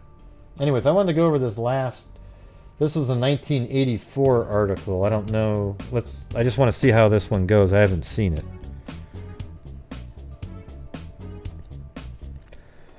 See that? If you throw out some information, I can see what you're saying now. See, I'm not like hell bent on. It has to make sense to me though. But now that I reread that, you only have him saying he tried to choke him, but then Dean came in and did it. I guess it's possible that he did help kill that one person though. Because he does admit that, but he doesn't seem to say anything else about any other victim. I don't know if we're seeing the whole statement either. I mean, I'd have to see the whole statement that he made. So here we go. We got Houston. I don't know. Well, I think the main bad is Corll. I don't think they're as bad as he is. Yeah, I think so. Did you see this on any kind of a show on TV, Sasmir, like IDTV or Forensic Files or anything like that?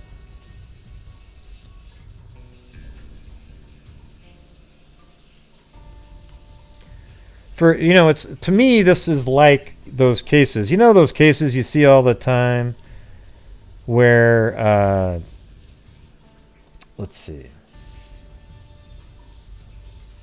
An older woman sort of befriends a younger guy and promises sex and all this kind of stuff and love so that he will kill her husband and makes up all this crap about him.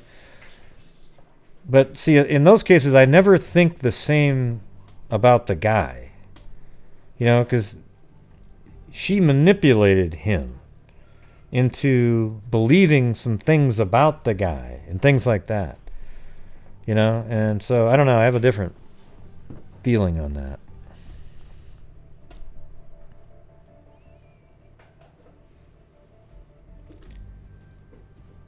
But I think just for even just the participation that they were doing, they deserve any prison time they get. I mean, he lured for $200, and he knew at some point, that these kids were being killed, and yet he kept luring the kids. All right, so in this case, David Brooks and Elmer Henley are just piles of shit, okay?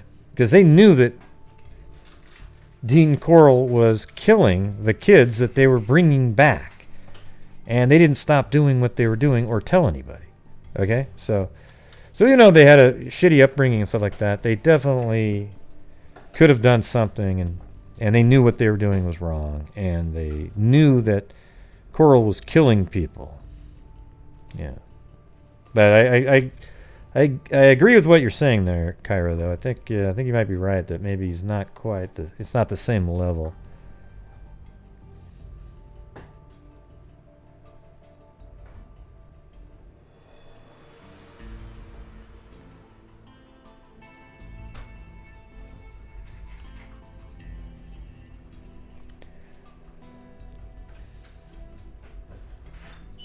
Yeah, I don't remember it on Court TV. But anyways, children are playing along the sidewalk in front of 2020 Lamar Drive. So I actually went there when I read that article. And you can just totally picture this. I guarantee it that's the same house, too. I bet that same damn paint was on there. I mean, that's 1970 blue. I mean, that's just literally... They might have painted it since then, but... So apparently inside that house right there is where... This house right there is where a few of the kids were killed. Isn't that crazy?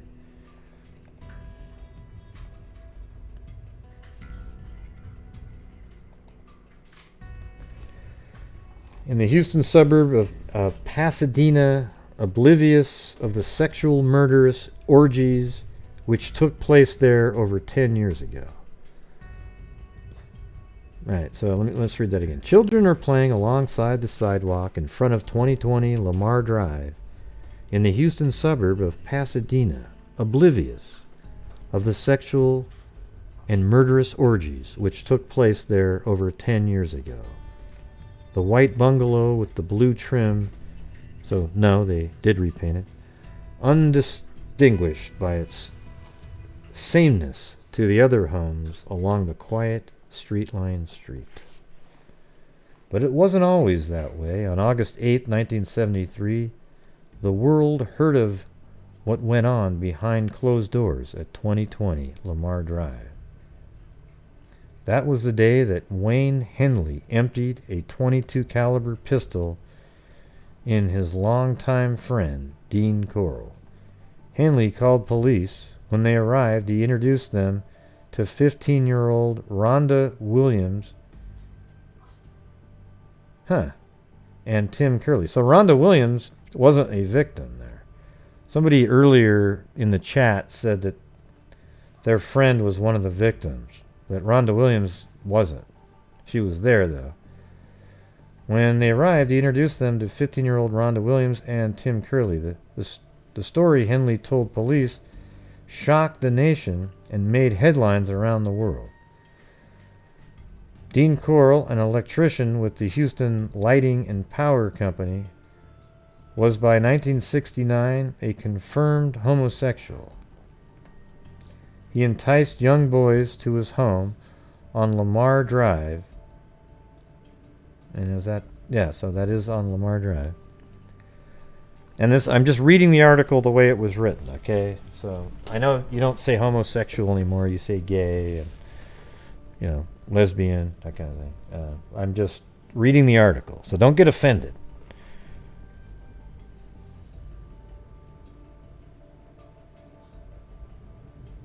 Yeah, because there was all kinds of sex going on there with kids and everything. That's why they called it that. It was just a ridiculous place. Thank you, Carrie Boyer. Yeah, I appreciate it. Yeah. Well, I hope Ray, I'm praying your wife is safe at work.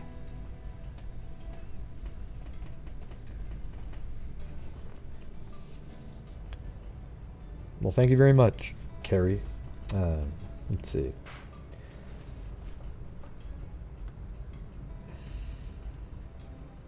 Okay.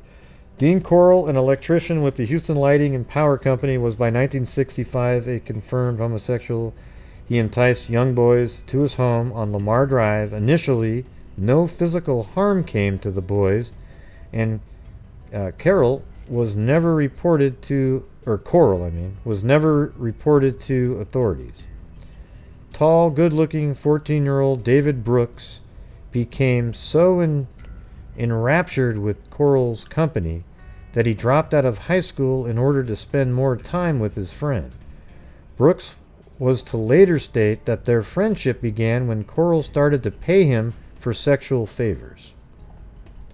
In 1970, Brooks introduced Corll to Wayne Henley, who, like Brooks, was tall, good-looking teenager. Soon, the two young boys were completely under the dominant personality of Dean Corll. Now it was over. Dean lay naked and dead. Right there. That's an actual picture of him. That's after Henley shot him.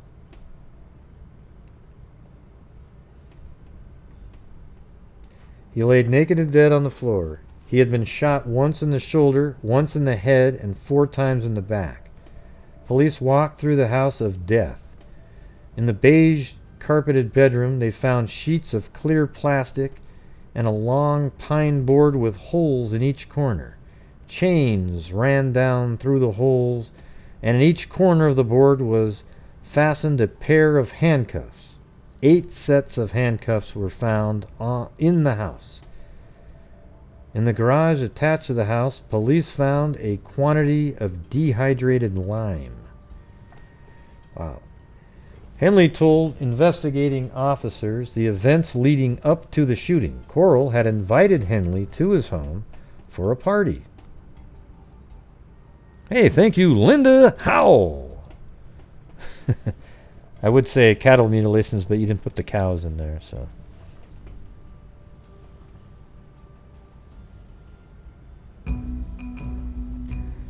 Yeah, I mean, the girl, it looked like the girl told Henley to help him. She was like, "Are you going to help me?" And then it sort of escalated.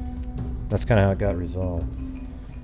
But anyways, let me just read through the article. Revolving hearts. Henley told investigating officers the events leading up to the shooting. Corll had invited Henley to his home for a party. Henley had brought Curly, and the 3 men sat around smoking and drinking beer. During the course of the party, Henley thought it would be a good idea to ask his girlfriend. Wow, so Henley even had a girlfriend during this time. Rhonda Williams. This is the one that somebody mentioned in here. But they said she was a victim, and I mean an actual, but this isn't somebody who was killed or anything. I guess there is a time, it sounded like that something happened to her, but good idea to ask his girlfriend, Rhonda Williams, to join them. Soon, Henley and Curly picked up Rhonda and drove her to the Corll residence. Corll smoked pot while the 3 youngsters inhaled fumes from the acrylic paint sprayed in a bag. Eventually, they passed out.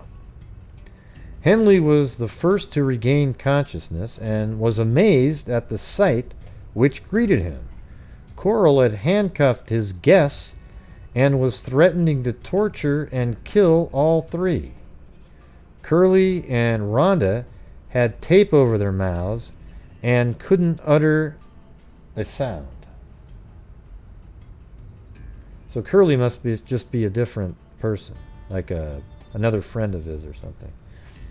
That's a name that hasn't popped up yet. But anyways, Henley, the only one whose mouth was not taped, tried to gain Corll's confidence. He promised the older man he would help torture Curly. He swore he would assist in killing both his companions. A deal was struck. So that's crazy. So this might be the time when Corll was going to kill all 3 and hide his secret forever. Man, that's crazy. He could have, if he had killed all 3 of them, he might not have ever been caught. Henley, the one whose mouth was not taped, tried to gain Corll's confidence. He promised the older man, Corll, he would help torture Curly.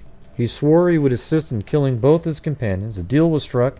Corll would assault Curly and Henley. So he would sexually assault Curly, and Henley would rape Rhonda, after which they would kill them both. Placated by this arrangement, Corll freed Henley. Wow. While the crazed Corll attempted to attack the struggling Curly, Henley left the room on the pretense of using the bathroom. When he returned, he spotted a .22 caliber revolver on a table. He picked up the weapon and pointed it at Corll. The insistent Corll saw the gun pointing in his direction. He realized he had been duped. He charged, and then Henley fired and kept firing until the weapon was empty. I wonder how he got shot in the back then. Dean Corll was dead. I think it's a better idea. I think that was possibly a self-serving reaccounting of it, saying that Corll came at him, so then you get the self-defense angle. Because the shots in the back, to me, seem more like he was still over there trying to do something to the curly guy, and then he blasted him in the back for it. Doesn't matter to me how he killed him, though. Okay, I think it's fine the way he killed him, but self-defense, it would be more like a. I'm not sure what you'd call that, to be honest with you. The way he did it, it'd be like he's helping to protect two other people.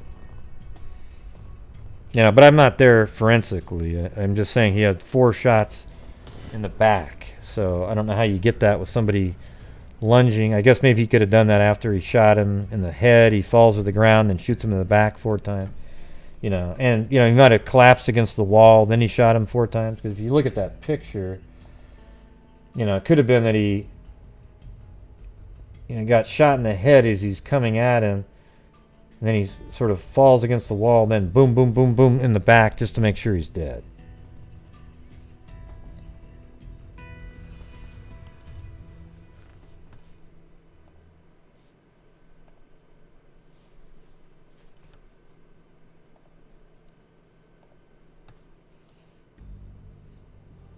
Yeah. Yeah, it's probably... who knows? He could have been doing whatever he was doing. Let's see. Shit, where the hell did that go? No, I can't even find it. Open it again.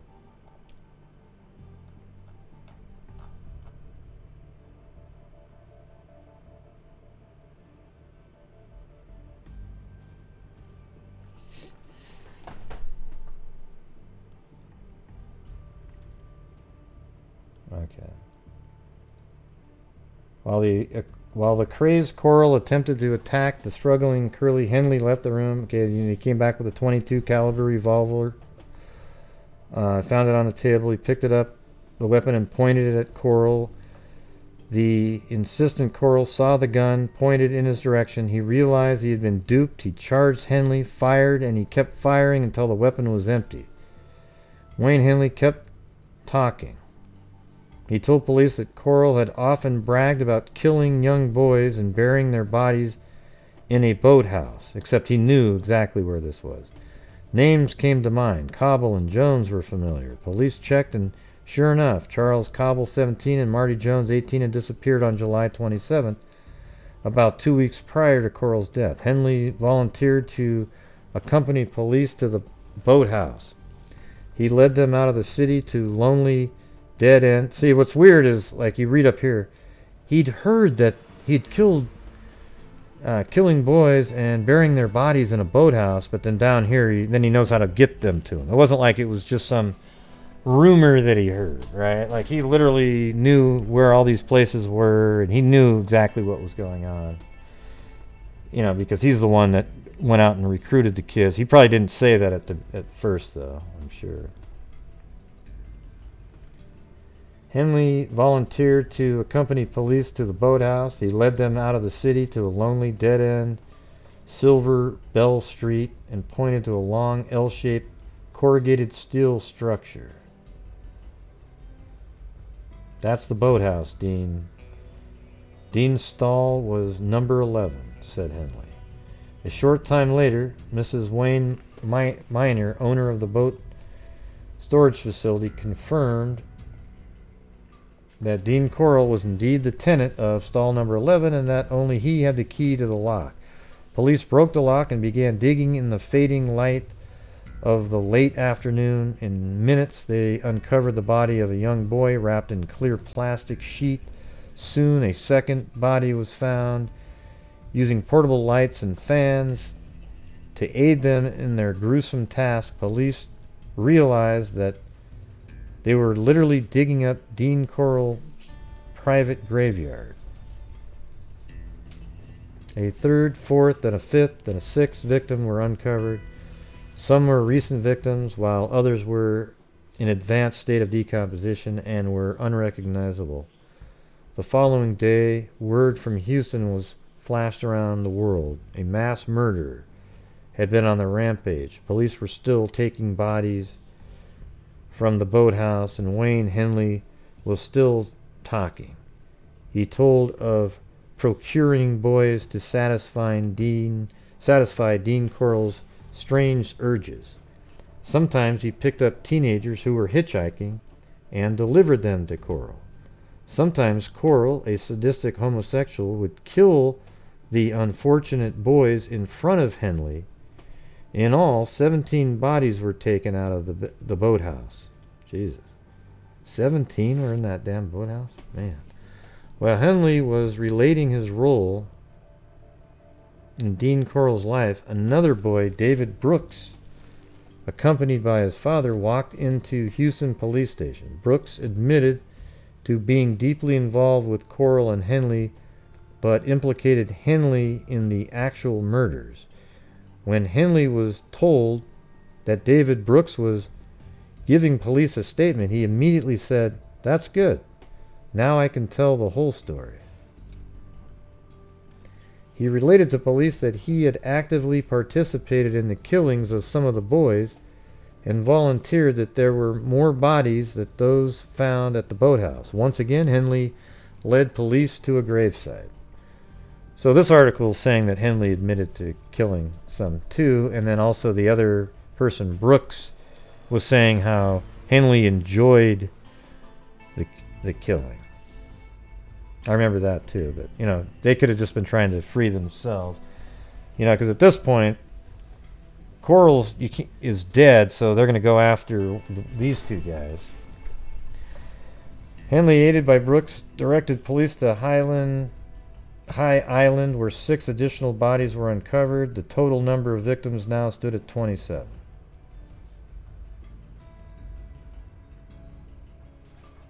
Wayne Henley was convicted of the murder of 6 boys. Brooks was convicted of the murder. Both received lengthy prison sentences and are still in custody. Henley's killing of Dean was deemed to be self-defense, actually, and he was not charged with the murder in this instance. Yeah.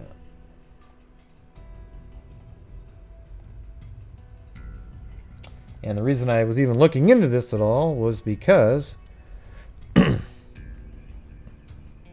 there's still an unidentified body that the DNA Doe Project is working on.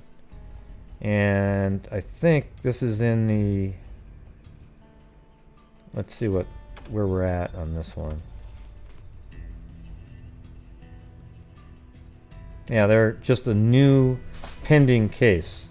And this is our Summit County Doe that we funded right there. So it's in that same level there. They're in the DNA extraction portion.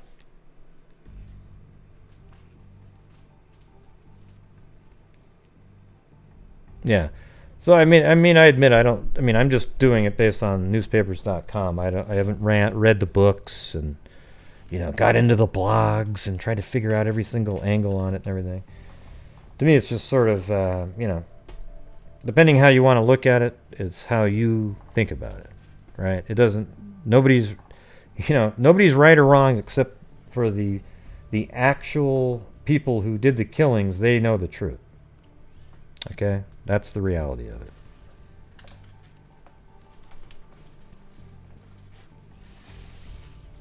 So probably what happened in the shooting was that he fell to the ground after being shot in the head, and then he got shot in the back 4 times.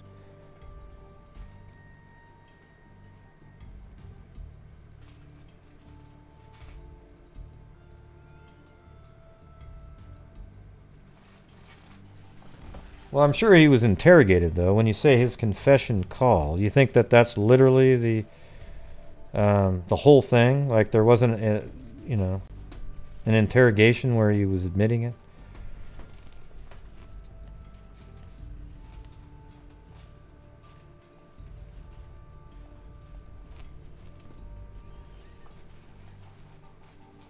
Oh, okay.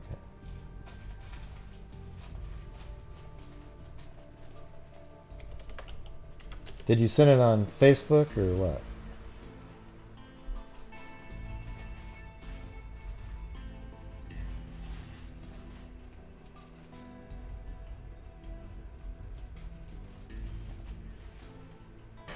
Hello?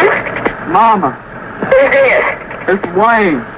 Yes, this is Mama, baby. Mama? Huh? I killed Dean. Wayne? Ma'am? What are you doing? Yes. Oh, God. Where are you? It's alright. Wayne? It's alright. It's alright. Where are you? I'm out of his warehouse.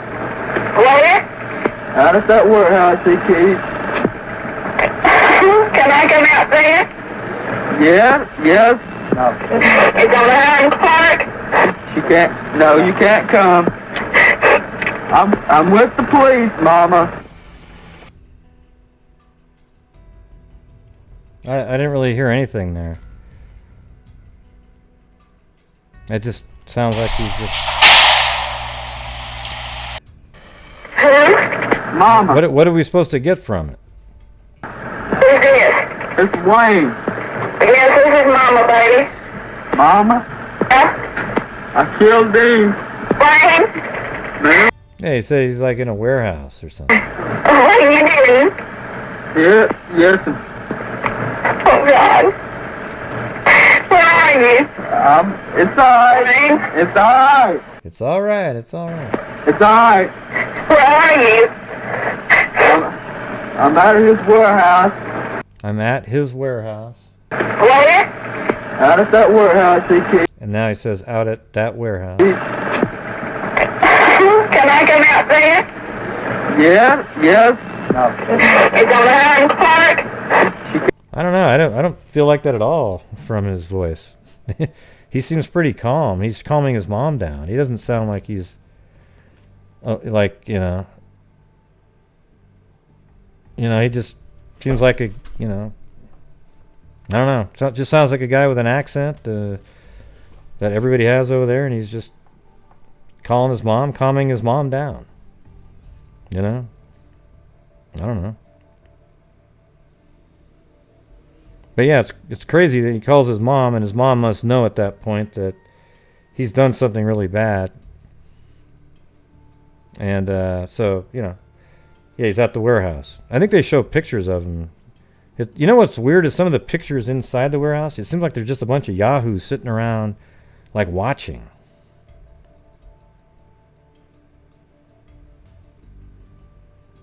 Maybe that's in the book. You can't get that from this call, though, Cairo. You know. So you're sort of like assuming people have read a book that, oh wow, he's acting like he's a heroic. He doesn't sound like that at all. He just sounds like, yeah, Mom, yeah, I'm over at the warehouse. Yep.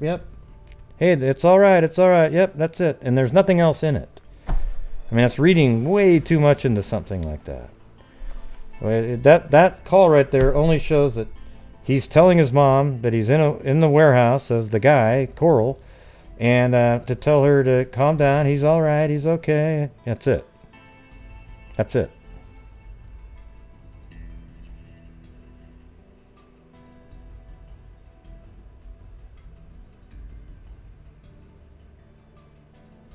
Yeah, I think that's just something people are assuming if you like read a book or something, and it says, "Hey, now look at right here.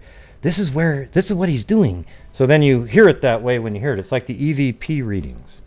When you listen to this guy, this thing, he's just calling his mom.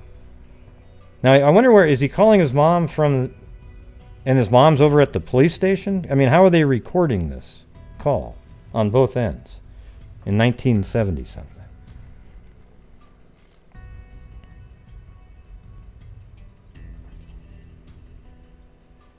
Yeah, the mom knew who knew who it was, the Corll guy. I mean, this is probably he'd already been arrested, and this is probably I don't know if it's the same day, but maybe the next day on the 11th, I think.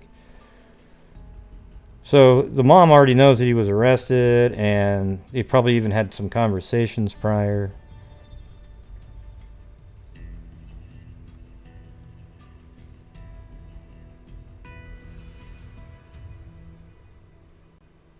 Yeah, but how did both sides get recorded running Fox? So you're saying, oh, maybe it was over CB radio. I mean, how would both sides get recorded?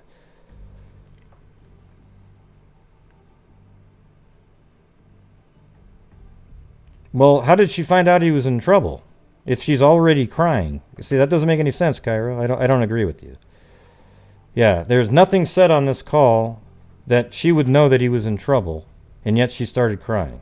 He just said, hey, Mom, I'm over at a warehouse. Oh, my God. You know, what would she be crying about unless she knew? She would have had to known something happened prior to that. There's no way, okay? Hello? Mama, Who's this? it's Wayne. Hey, Mom, this is Wayne. Yes, this is Mama, baby. Hey, this is Mama, baby. Mama, Huh? I killed Dean. What? Oh, he killed Dean, he says. Oh, I see. I guess he does say he killed Dean in there, so that makes a difference there. I missed that part on the first one. Ma'am? What are you doing? Yes. Oh, God. Where are you? Mama, Huh? I killed Dean. Wayne? Ma'am? What are you doing? Yes. Oh, God. Where are you? It's Yeah, so how did both sides of this get recorded then? Why would they tap his mom's phone when nothing had happened? You know, he just got arrested.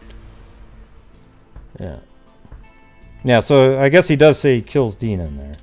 I missed that the first time because it's such bad audio. It's like, I thought he was just like, hey, it's still me.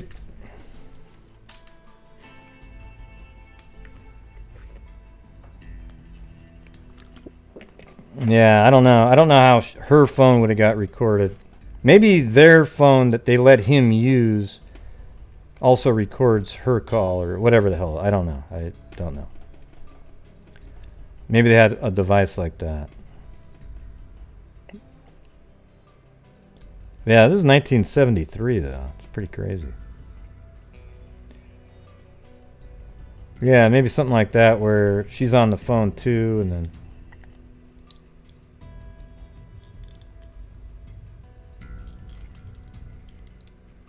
that's crazy. So they even had the ability to record both ways like that on just a standard police phone back then, huh? I wouldn't have thought that. 1973. It's like, you know, the rotary phone days, you know, just a cell phone would be the size of a Mack truck. Hey, that's great, Michelle. What does it have to do with what we're talking about?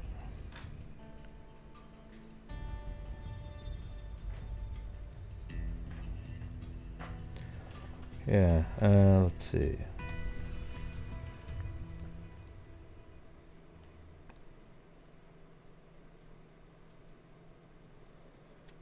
I think it definitely was magic. Whatever technology they use on EVP recordings, they must have been using on that phone call. There's no doubt about it. Okay, let's listen to it one more time. Mama, Who's this? it's Wayne. Yes, this is Mama, baby. Mama, That's such a weird call. Hey, Mama, this is Wayne. Hey, Wayne. Mama, I killed Dean. It's weird that he said Mama again. Yeah, we know. I get it. You know, it's sort of like, you ever notice when you're with friends and the friend uses your name? Doesn't it sound weird? Like it's just you and your friend, and they say, "Hey, Gray, listen." Hey, Gray, listen. Yeah, I know. I'm the only. I'm right here. Checking in late. I'm praying everyone is happy, healthy, and well. Love you, Gray Heart Suit. Yes, thank you, Lanky Tor. Hope you're healthy too. Yeah. Like the overuse of somebody's name, and if it's just you two. Like I'm sitting next to a guy named Jim on a plane, and I say, Jim, listen, do you have a, hey, and I would turn and say, if I was Jim, I would turn to the person and say, Gosh, thank you for using my name. I wouldn't have realized you were talking to me. This would have been one that me and Daro could have have done. Remember, like how we did the 911 call in the God, what the hell was that one? Brandon Lawson. Please hurry. That one. We could have done it in this one. Hello? Mama. Mama. Who's this? Who's It's this? Wayne. Wayne. Yes, this is Mama, baby. This is Mama, Mama? baby. Mama. I killed Dean. Wayne? Hello? Mama. Hello? Mama. Who's this? Who's this? It's Wayne. But that's a little bit weird too. How many kids did she have, for God's sakes? How many kids did Mama have? That she'd say, "Who's this?" to one of her own kids saying, "Mama." Man, he must have like 9 brothers that she just wasn't able to make out which one it was. Hello? Hello? Mama. Mama? Who's this? Who's this? It's Wayne. This is Wayne. Yes, this is Mama, baby. Yes, this is Mama, baby. Mama? I killed Dean. I killed Dean. Wayne? Wayne? What are you doing? Wayne? What did you do? Yep. Yep. Oh, God. Where are you? Where are you? It's alright. Wayne? It's all right. You know, calm down, Mom. It's alright. It's all right. It's alright. It's all right. Where are you? Where are you? Wait, hold on. Maybe I can do it like this.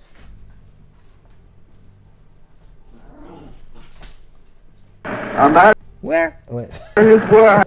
Forget. I can't do it. Where? Out at that warehouse he keeps. I'm at that warehouse he keeps. I think he said. He said. Can I come out there? Out at that warehouse he keeps. I'm at that warehouse he keeps. Can I come out there? Can I come out there? Yeah. Yes. Yeah. Go ahead. It's on the Highland Park. She can't. No, you can't come. And then now they told him no, she can't come. I'm with the police, Mama. I'm with the police, Mama. Okay. Where are those horns?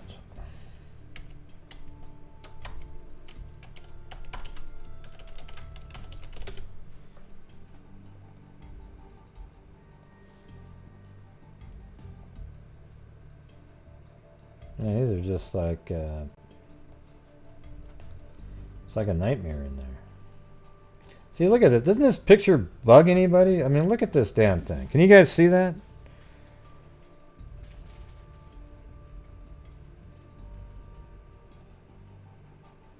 Let me zoom in on it. Hold on. Shit. Oh crap. Like that's a bag filled with somebody's body. But right there, look how there's people standing up, and you know, there's people like this guy looks like he's eating a bag of popcorn over there. You know, there's a cameraman there with that there, and then there's just 2 people just sort of standing up, like getting a look, like, and then there's a skull and a barrel here. I mean, Grey as king, crown rolling on the floor, laughing. United Kingdom, see no evil monkey. yeah, and see right next to that wall, there's a little ditch, a body right there. It looks like jeans maybe, but inside of plastic.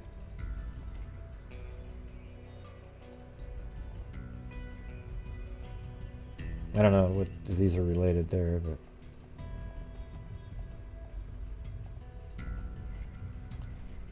kind of looks like Lee Harvey Oswald, doesn't he?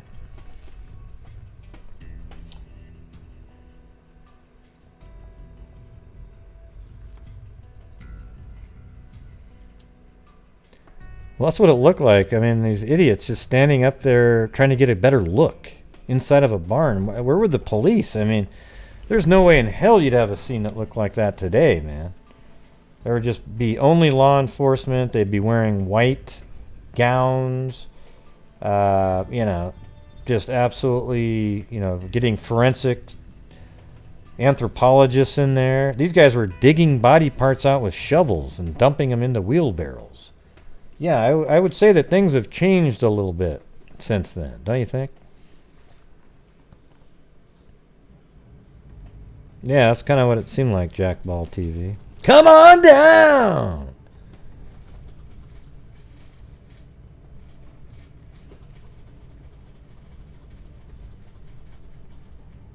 Yeah, well, I mean, I don't really want to watch the video. I'm not going to... That what I just played you was audio from a YouTube video. I didn't want to play the video, though. Yeah, everybody's looking it up now. Oh, look at this, look at this. You know, I don't have time to... You know, I'm glad that we got to look at a few of the different things, but I just kind of wanted to you know, it was just something I had a few hours to look into, right? You know, I didn't have time to read a book or, you know, look at every single document on it. I was just going down and going through the articles in, on what do you call it? Yeah, Kyron just said his 4 dots are his new attack. 4 dots, that's my new attack, lol. Yeah, that's what I think. It's the passive-aggressive attack.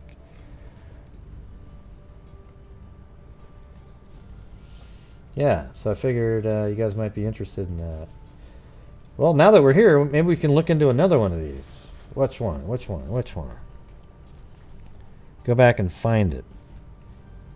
It's always kind of interesting how one thing leads you to other things. Like I was just looking at just this random John Doe here, and then boom, you know, it led to all that other stuff. You know, and I have, you know, now that I think back, I know I've heard of that killer Corll, but I just didn't know his name. Like it wasn't in my brain, and I don't even think I knew the extent of the case. But I remember the elements there.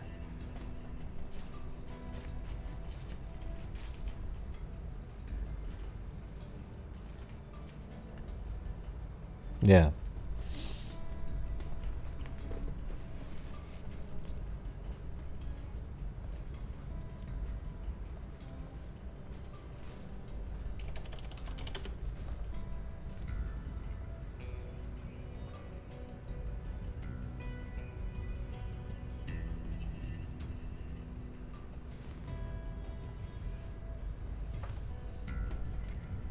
I fall in a rabbit hole often. Yeah.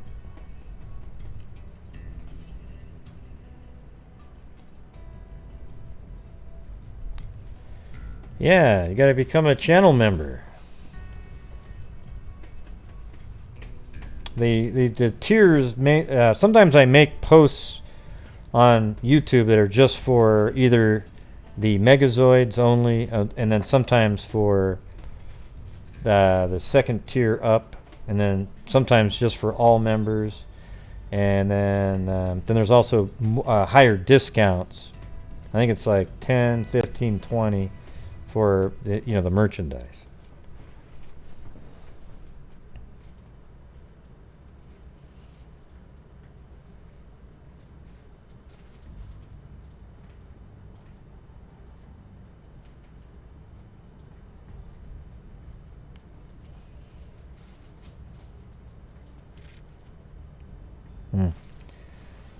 Well, let's see, what's this guy right here?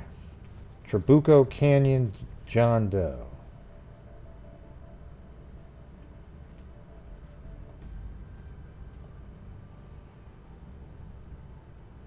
On December, let me see. See, what I like to do is when I see something like that, then you quickly go over to newspapers.com. On December 13th, a human skeletal remains were discovered in a creek bed in a remote wilderness area. So then what you do is you go over here and you type in December 1996, and then California. Okay, so now you got the basic stuff in there. Then skull found, or skeletal remains.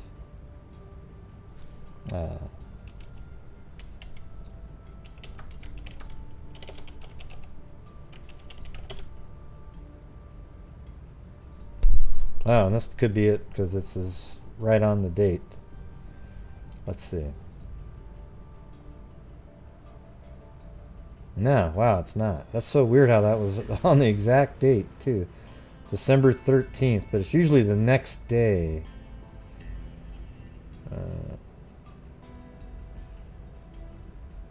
But I think this is it right here. Because I see the Trabuco in there. Hikers find remains of young adult. The skeletal remains of a young adult were found in a remote area of Orange County by 3 hikers, a sheriff spokesman said Monday. The remains, including a skull,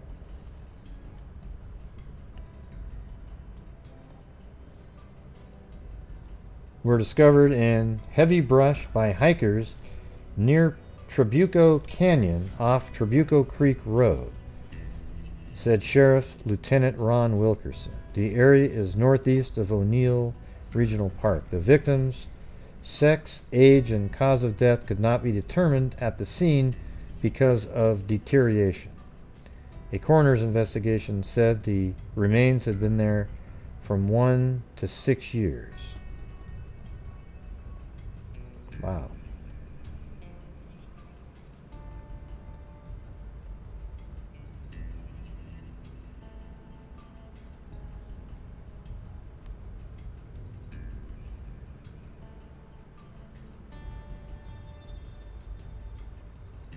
Yeah, so I guess that right there is definitely the newspaper article that came out at the time. 100%.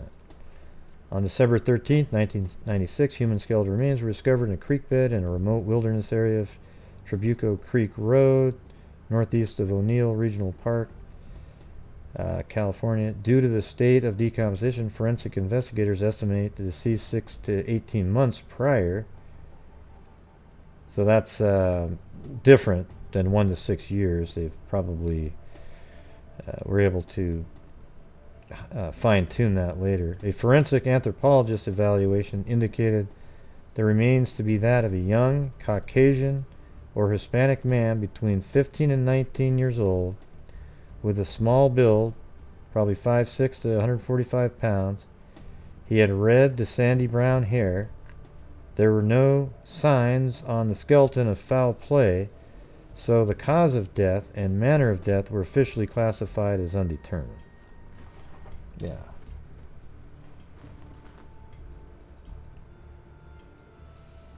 Well, hopefully it's going to be really cool when they come forward and actually identify this guy. You know, they're sending his DNA in right now. And so, and if he was only, what are they saying? Let's say he's 20 even. So 20, he'd only be 44 at this point.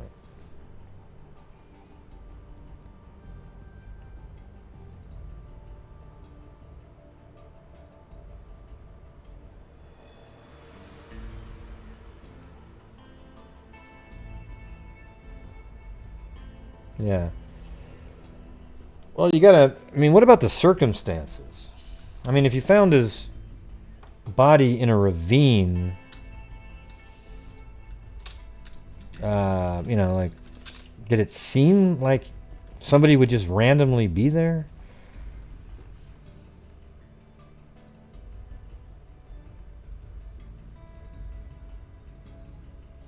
Good night, Emily.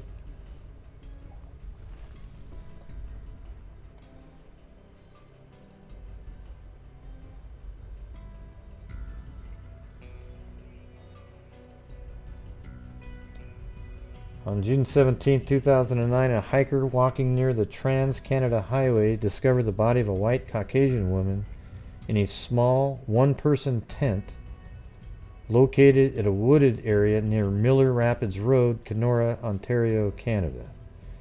The woman, believed to be Canadian, was dressed in hiking-type clothing and equipped for rugged hiking and camping. Was found. And equipment for rugged hiking and camping was found near the body. A forensic evaluation revealed the woman was 35 to 55 years old, 5'4" and 110 pounds, and had shoulder-length light brown hair. Cause of death was determined to be accidental carbon monoxide poisoning. Hey, Dennis, there you go. Accidental carbon monoxide poisoning from a hibachi stove found in the tent. Oh, jeez. That's so funny because he was talking to us about me and that's fun. And Stacy, he was talking to us about this exact thing. It's crazy. The cause of death was determined to be accidental carbon monoxide poisoning from a hibachi stove found in the tent. During the autopsy, it was discovered the deceased had undergone major reconstruction surgery of her jaw and face, which was most likely conducted in a major surgical hospital 20 to 30 years prior to her death. Could have been intentional, though, too, right? I mean, if you know the dangers of that. And then she didn't have any ID or anything, right? Because, and it sounds a little bit like the Summit County doe. You know, hers could be an accident, more likely. But, you know, it could also be intentional. And then you might want to wonder why she didn't have her ID with her. Investigators believe she had died in the tent 1 day to a week prior to being discovered.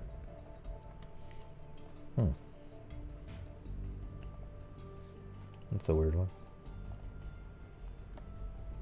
Let's see. Live oak doe.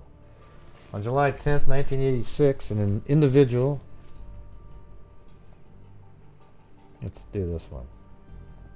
Very unlikely this will make it into the paper, though. Because, you know... And sadly, because she's black, a lot of times their stories don't make the paper. Just little, even just a blurb. Let's see. This is in Houston, Texas. All right, let's see. Let's just see.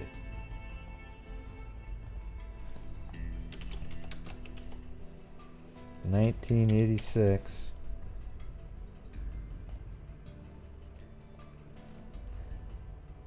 The individual was taken to the hospital and pronounced dead soon after arrival. Forensic investigators determined the deceased to be black male, 20 to 30, weighing approximately 161 pounds, with short black hair. The deceased was wearing women's jewelry and clothing. This case was referred to the DNA Doe Project by Trans Doe Task Force. So she was just found unresponsive. Let's see. So let's make it even, put it July down in there.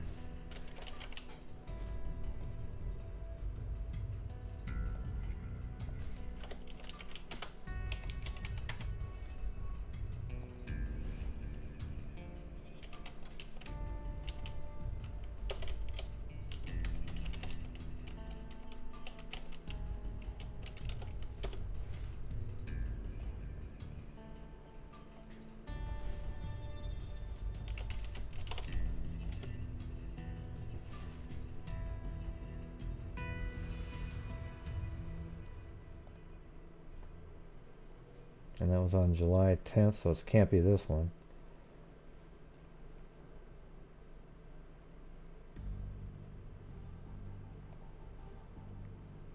So it would have to be like July 11th. Or maybe 10th. No?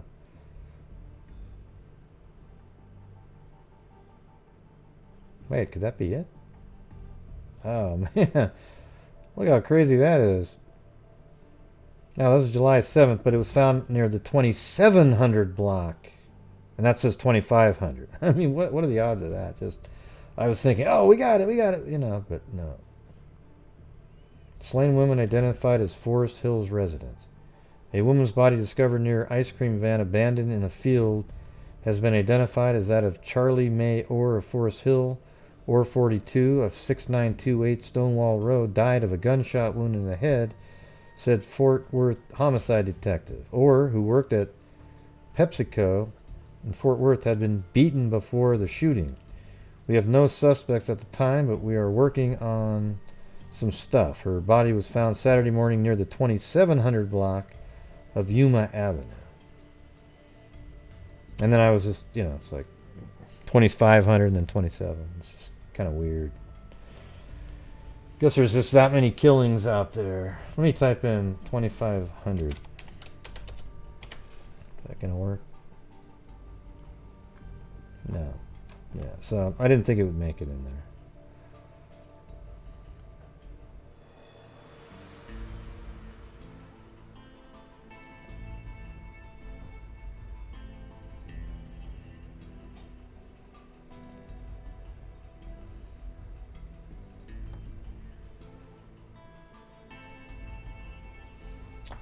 Yep. Well, this didn't really... Let me... At this one, July 11th. Let me put in the exact date. July 11th, 1986.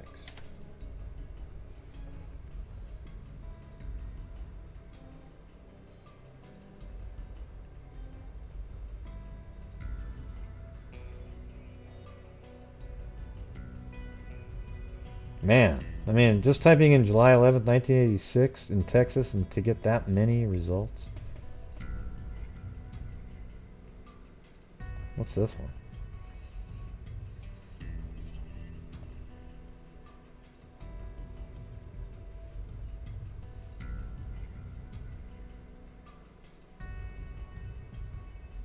Wow.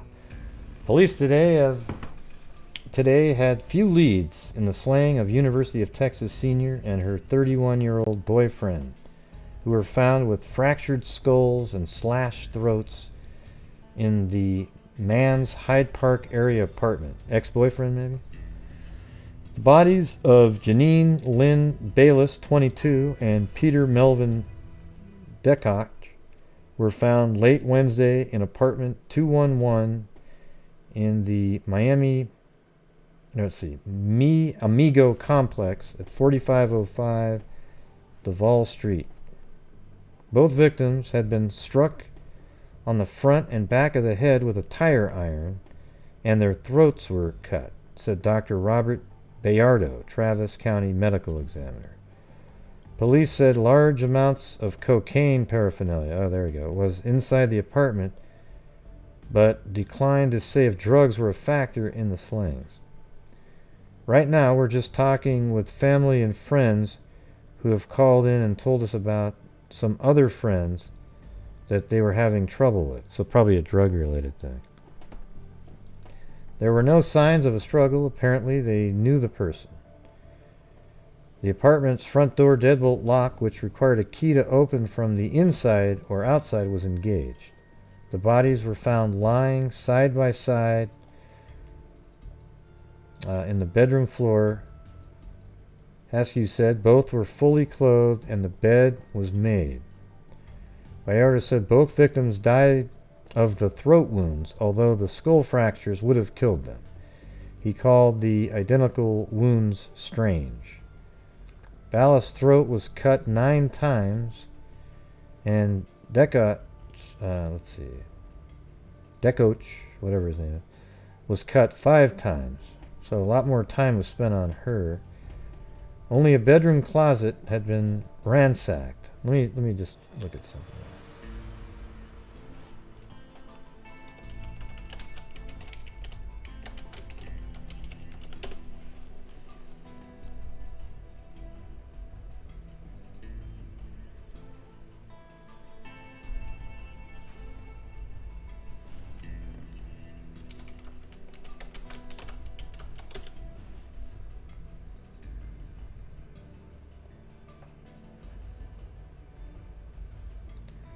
Yeah, I actually have this subscription too. So what's this one say? Murder suspect. Ah, it's so dark. An Austin man charged with the July... Look how light that is. You can barely see it. Slaying of a university student and her boyfriend rejected a 40-year plea offer Monday and is scheduled for trial later this month. David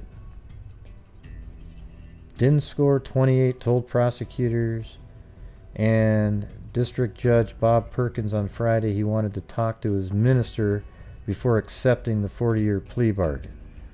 Perkins extended the offer until Monday, but Dinscore opted for a jury trial. Let's see. So his name is David Dinscore.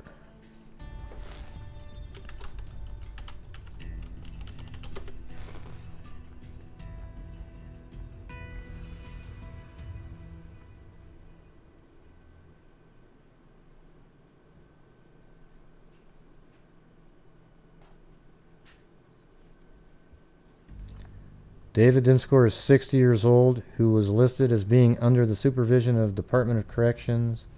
He was sentenced in Reynolds County Winter. He was listed in the State Department of Corrections website below. So he's still in prison. That was 1986. Wow.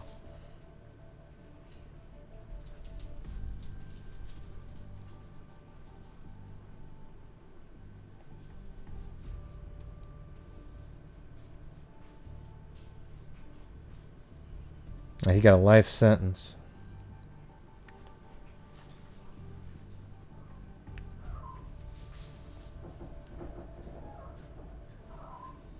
What's going on, Blue?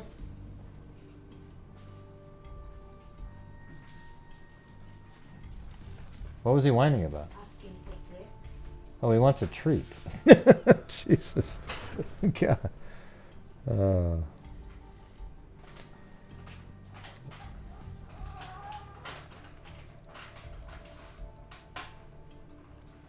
Yeah. Anyways, let me go back to this one.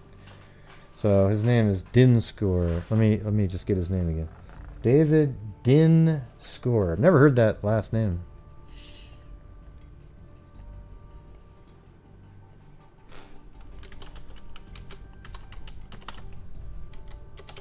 I gotta see what happened here.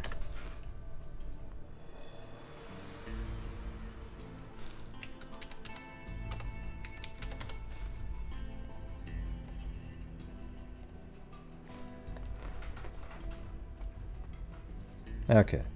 David Dinscore was sentenced Friday to life in prison for the murder of University of Texas student killed during a drug robbery at her boyfriend's apartment. There you go. Dinscore, 28, will be required to serve 20 years of his sentence before becoming eligible for parole. Dinscore was found guilty Thursday of the July 5th slaying of Janine Lynn Bales. The body of Bales, 22, and Peter Melvin DeCouch, 31, were found July 9th in an apartment on Duval Street. During jury arguments Friday, Sally Swanson, lead prosecutor in the case, said, "We're not asking you to do him what he did to Janine Bellis. All we're asking you to do is to put him away for as long as you can. Nothing you can do will bring her back, but you may save another life." Buddy Meyer, another assistant Travis County District Attorney, argued that Dinscore's probation request was ludicrous. Meyer told the jury he's asking you to give him a second chance.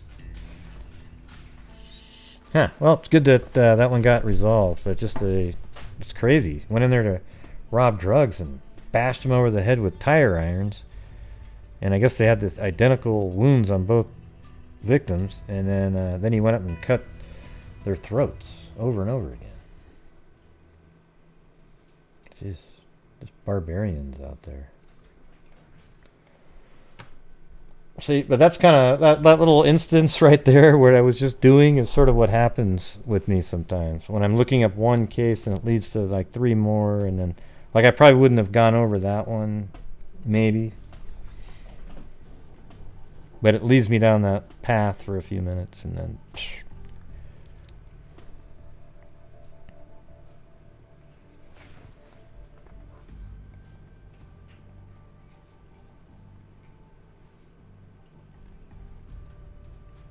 Wow, how long is this? Hasn't Sumter Jane Doe been in this for a long time?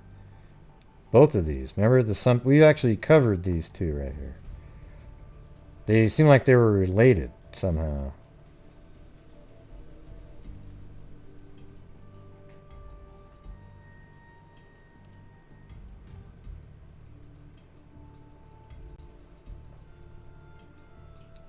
Yeah, I'll tell you what, if I saw somebody looking like this, I'd run.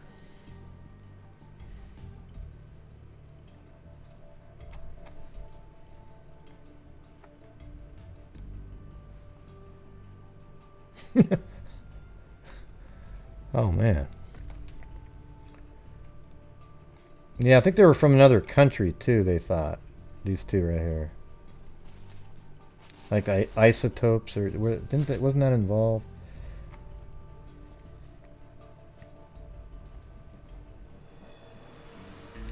That's right, he'd been shot a number of times, though.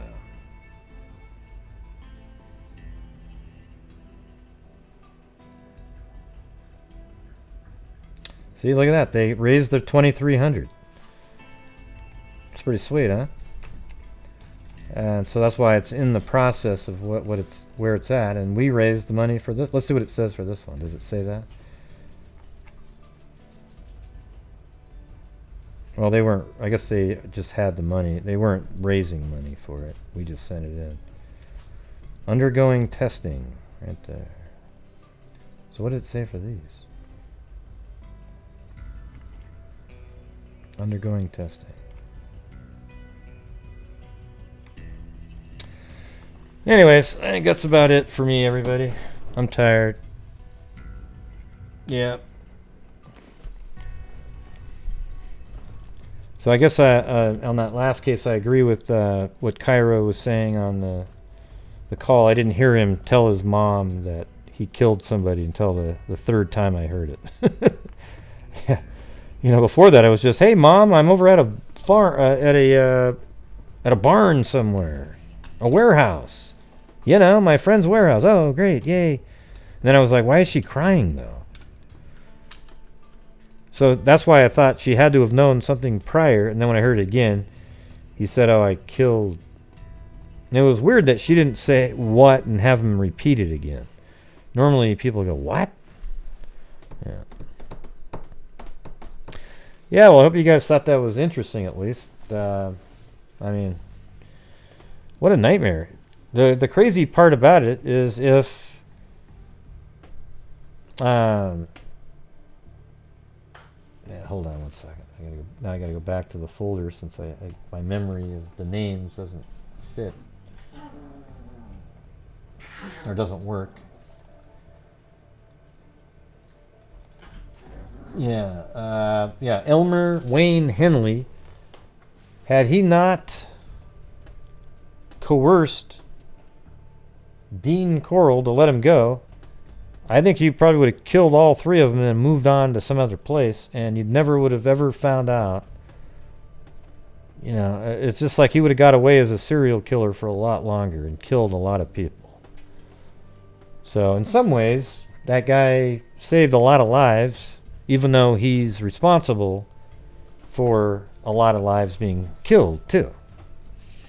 A lot of lives ending, is what I meant to say, but...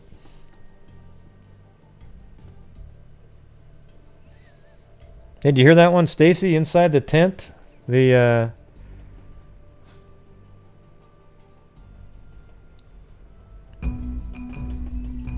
carbon monoxide poisoning? That's right up Dennis's alley right there.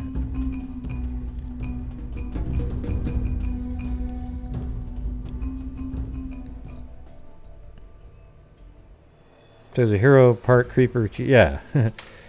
Yeah, exactly. He probably saved dozens of lives, but he also is responsible for leading people to their deaths. Claudia Neubauer. Keep it up, she says. Oh, and thanks, Curious Georgia. Yeah, we got another probably five days from now is when we'll be doing our monthly donation night. But this month we're going to do like a pretty big chunk to whatever charity we can find that's related to this coronavirus deal.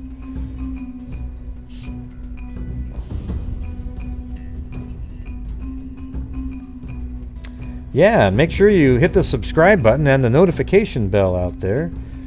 And if you know, if you think somebody else might enjoy the show, have them come along, but just let them know what my personality is like so they don't get offended. And start going, go, he's so mean, why'd you have me watch it? well, I thought maybe you might enjoy it. He tries to tell the truth all the time, and if he's wrong about something, he'll let you know. Okay, but he hurts my feelings so much. He's so mean. Yeah, I saw this. Somebody sent me a link to these like really low-level YouTuber. They were just having a random show, and then they started blasting me for about 2 or 3 minutes. And I was just going, oh God, man, you just get over me already, would you? Come on. I mean, I haven't even talked about you or even looked at you for any of your shows for months now. And one of them's trying to, sell people. Oh yeah, I've got the coronavirus, everybody. Oh yeah. Give me a break. I mean, everybody think, if you start coughing, feel sick, you're never sure, right? But I know, it's crazy. Somebody sent me the link.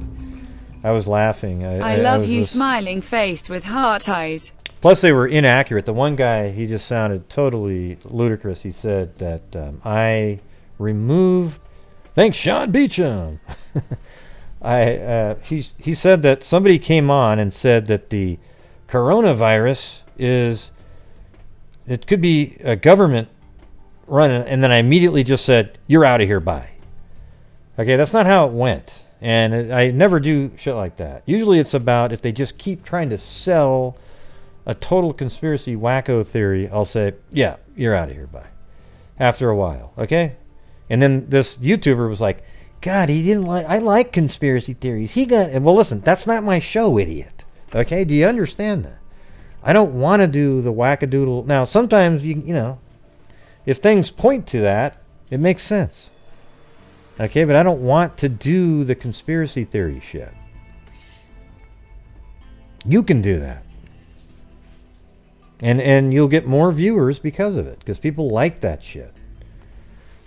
I think this genre, though, deserves a little more respect, though, than conspiracy theory shit, in my opinion.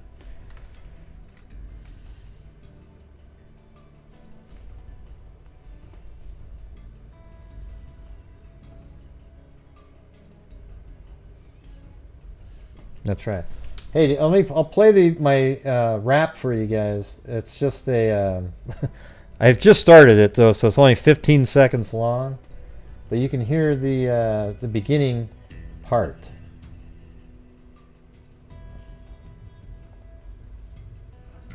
It's going to be for the coronavirus. I think it'll come out pretty good if I can find more stuff. I kind of want to use the guidelines or something. Yeah, here it is. Oh yeah, and by the way, there's sound in the background because I was just recording the room. Okay? But so I've only got about 15 seconds of it. So here it goes. Coronavirus is not colitis, hepatitis, tonsillitis, gingivitis, or tinnitus. So protect your sinus, your mouth, your eyes, and don't stand beside us. All right, there you go. It's that short. Yeah, that's... See, the words are, it's a coronavirus, it's not colitis, hepatitis, tonsillitis, gingivitis, or tinnitus. So, protect your sinus, your mouth, your eyes, and don't stand beside us. Right? There you go. Come on. That's perfect, right? Don't invade my, So there you go. That's what I got so far. We're going to keep on going. Got to make it like at least a minute long. All right. It's 15 seconds right now. You want to do the background?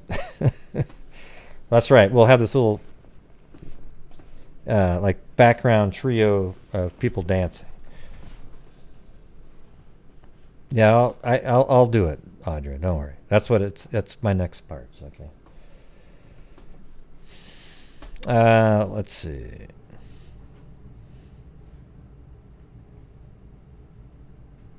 Yeah, well, that's it, everybody.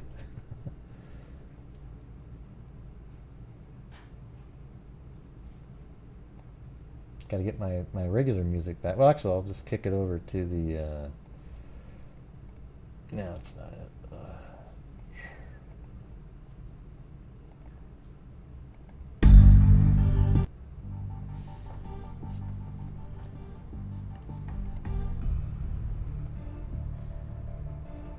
I think that's the house where he was shot in. Corll, right inside that house. I wonder if that shed was back there back then. Ding, ding. Yep, it's not a dream. Yeah, it's too many words in there with the beat. Okay. Yeah, I don't need any help with it. I'm gonna do my own rap on this.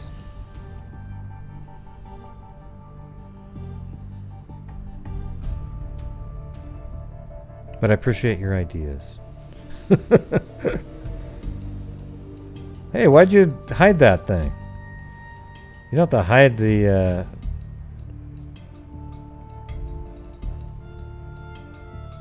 She says, don't get your mucositis near my face. I'll throat punch you and put you in your place.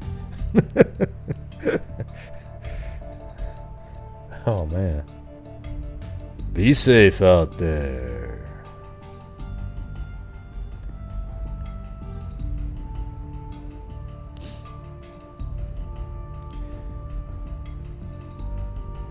So mean. Well, you don't have to hide it. Well, why are we going to hide it? It was just a rap. I just said I don't need any. I'm just going to do it myself so it works for me. Because a lot of times people send me raps, but it doesn't really go with the music. You kind of have to have the music in front of you and then work out wording that works with it.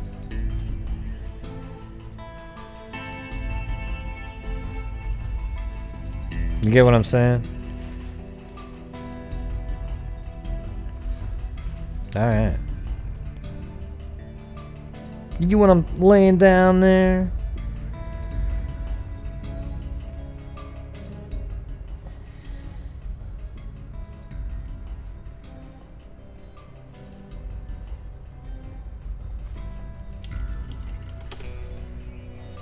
Okay. So thank you to Kyron on the PayPal there. And then also Linda Howell, as in Linda Moldenhau. And then also after the show yesterday was Debbie. So thank you very much. And there should be about 17 mugs traveling around out there right now. And then on we had Robin Frost with the huge super chat, thank you very much. Then Sherlock Hemlock, Sean Beecham, Kim Hawley, Barbara Smith, Christy Seep, Sean Beecham again, Sean Beecham, Curious Georgia, Cairo, Slots Lover, hadn't seen her in a long time. And then Curious Georgia, Lori Staggs, Carrie Boyer again, Linda Howell, Lanky Tor, Sean Beecham again, Claudia Neubauer, and then Curious Georgia. So thank you guys very much.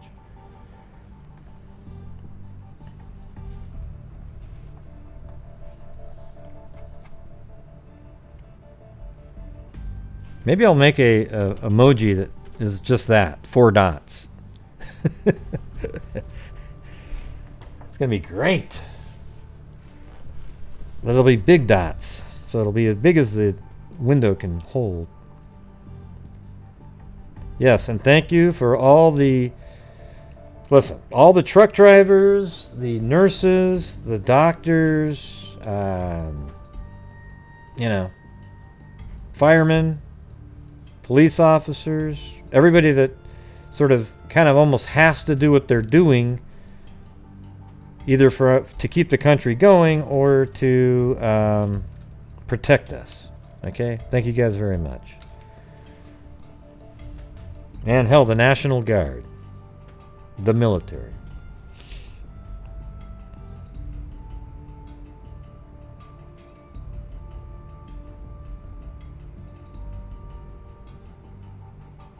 I'm not sure what that means, Curious Georgia. You're always confusing.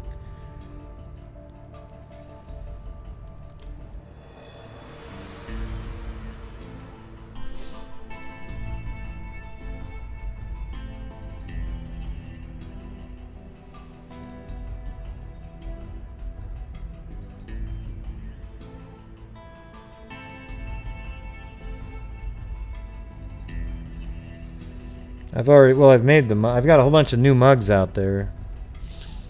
The free cart one, the what the hell is this mug, look at mug, and the girl code mug.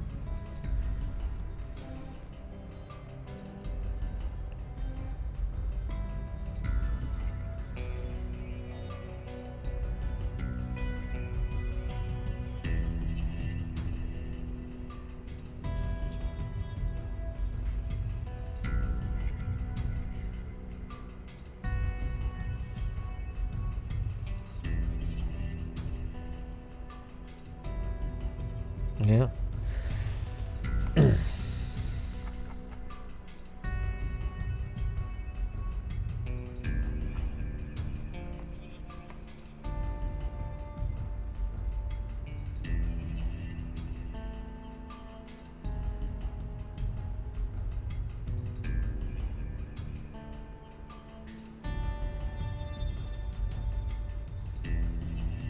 Yep.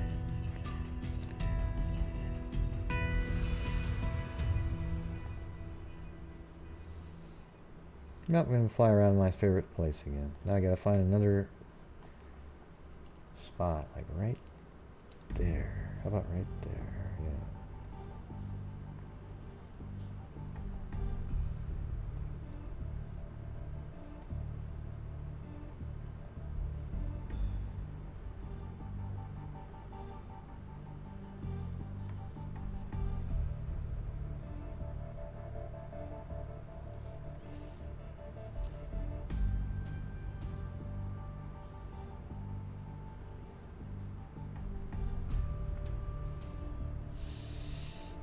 Alright.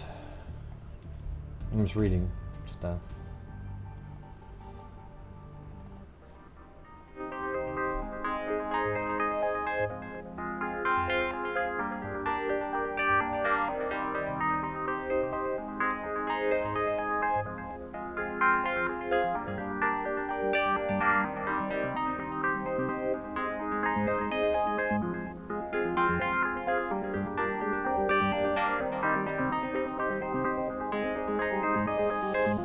I'm just on pretty much every night of the week, Betty.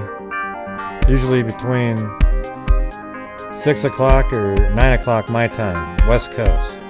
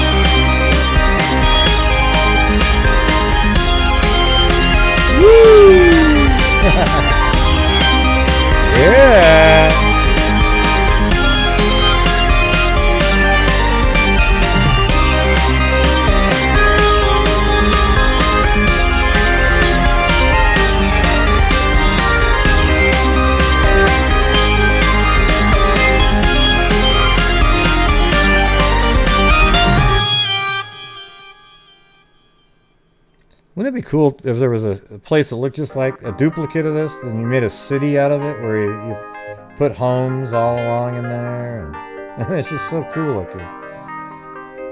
Yeah.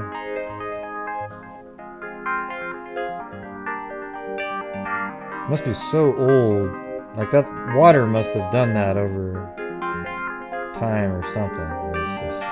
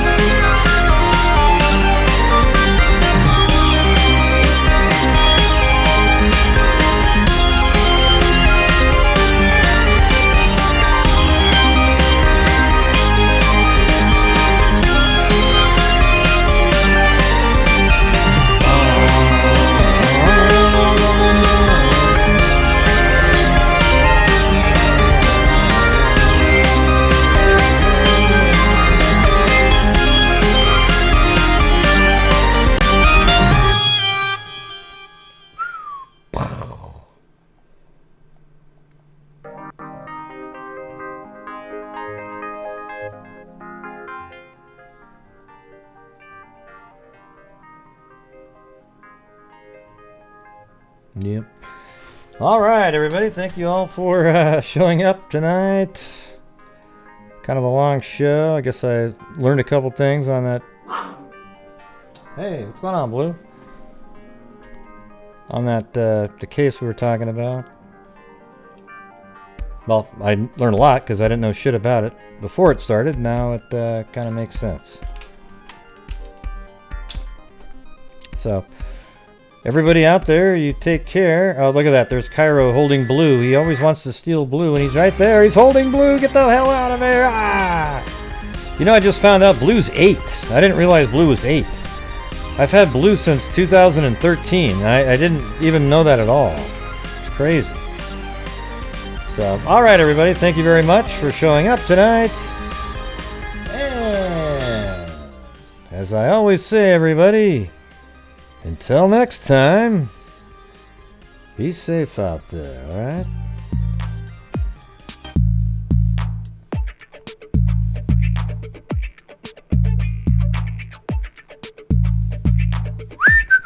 Oh.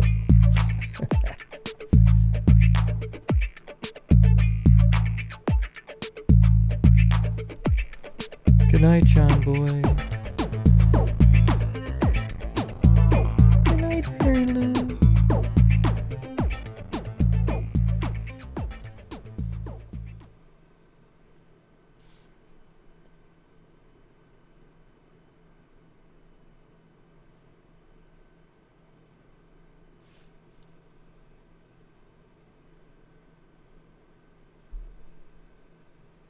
Be safe out there.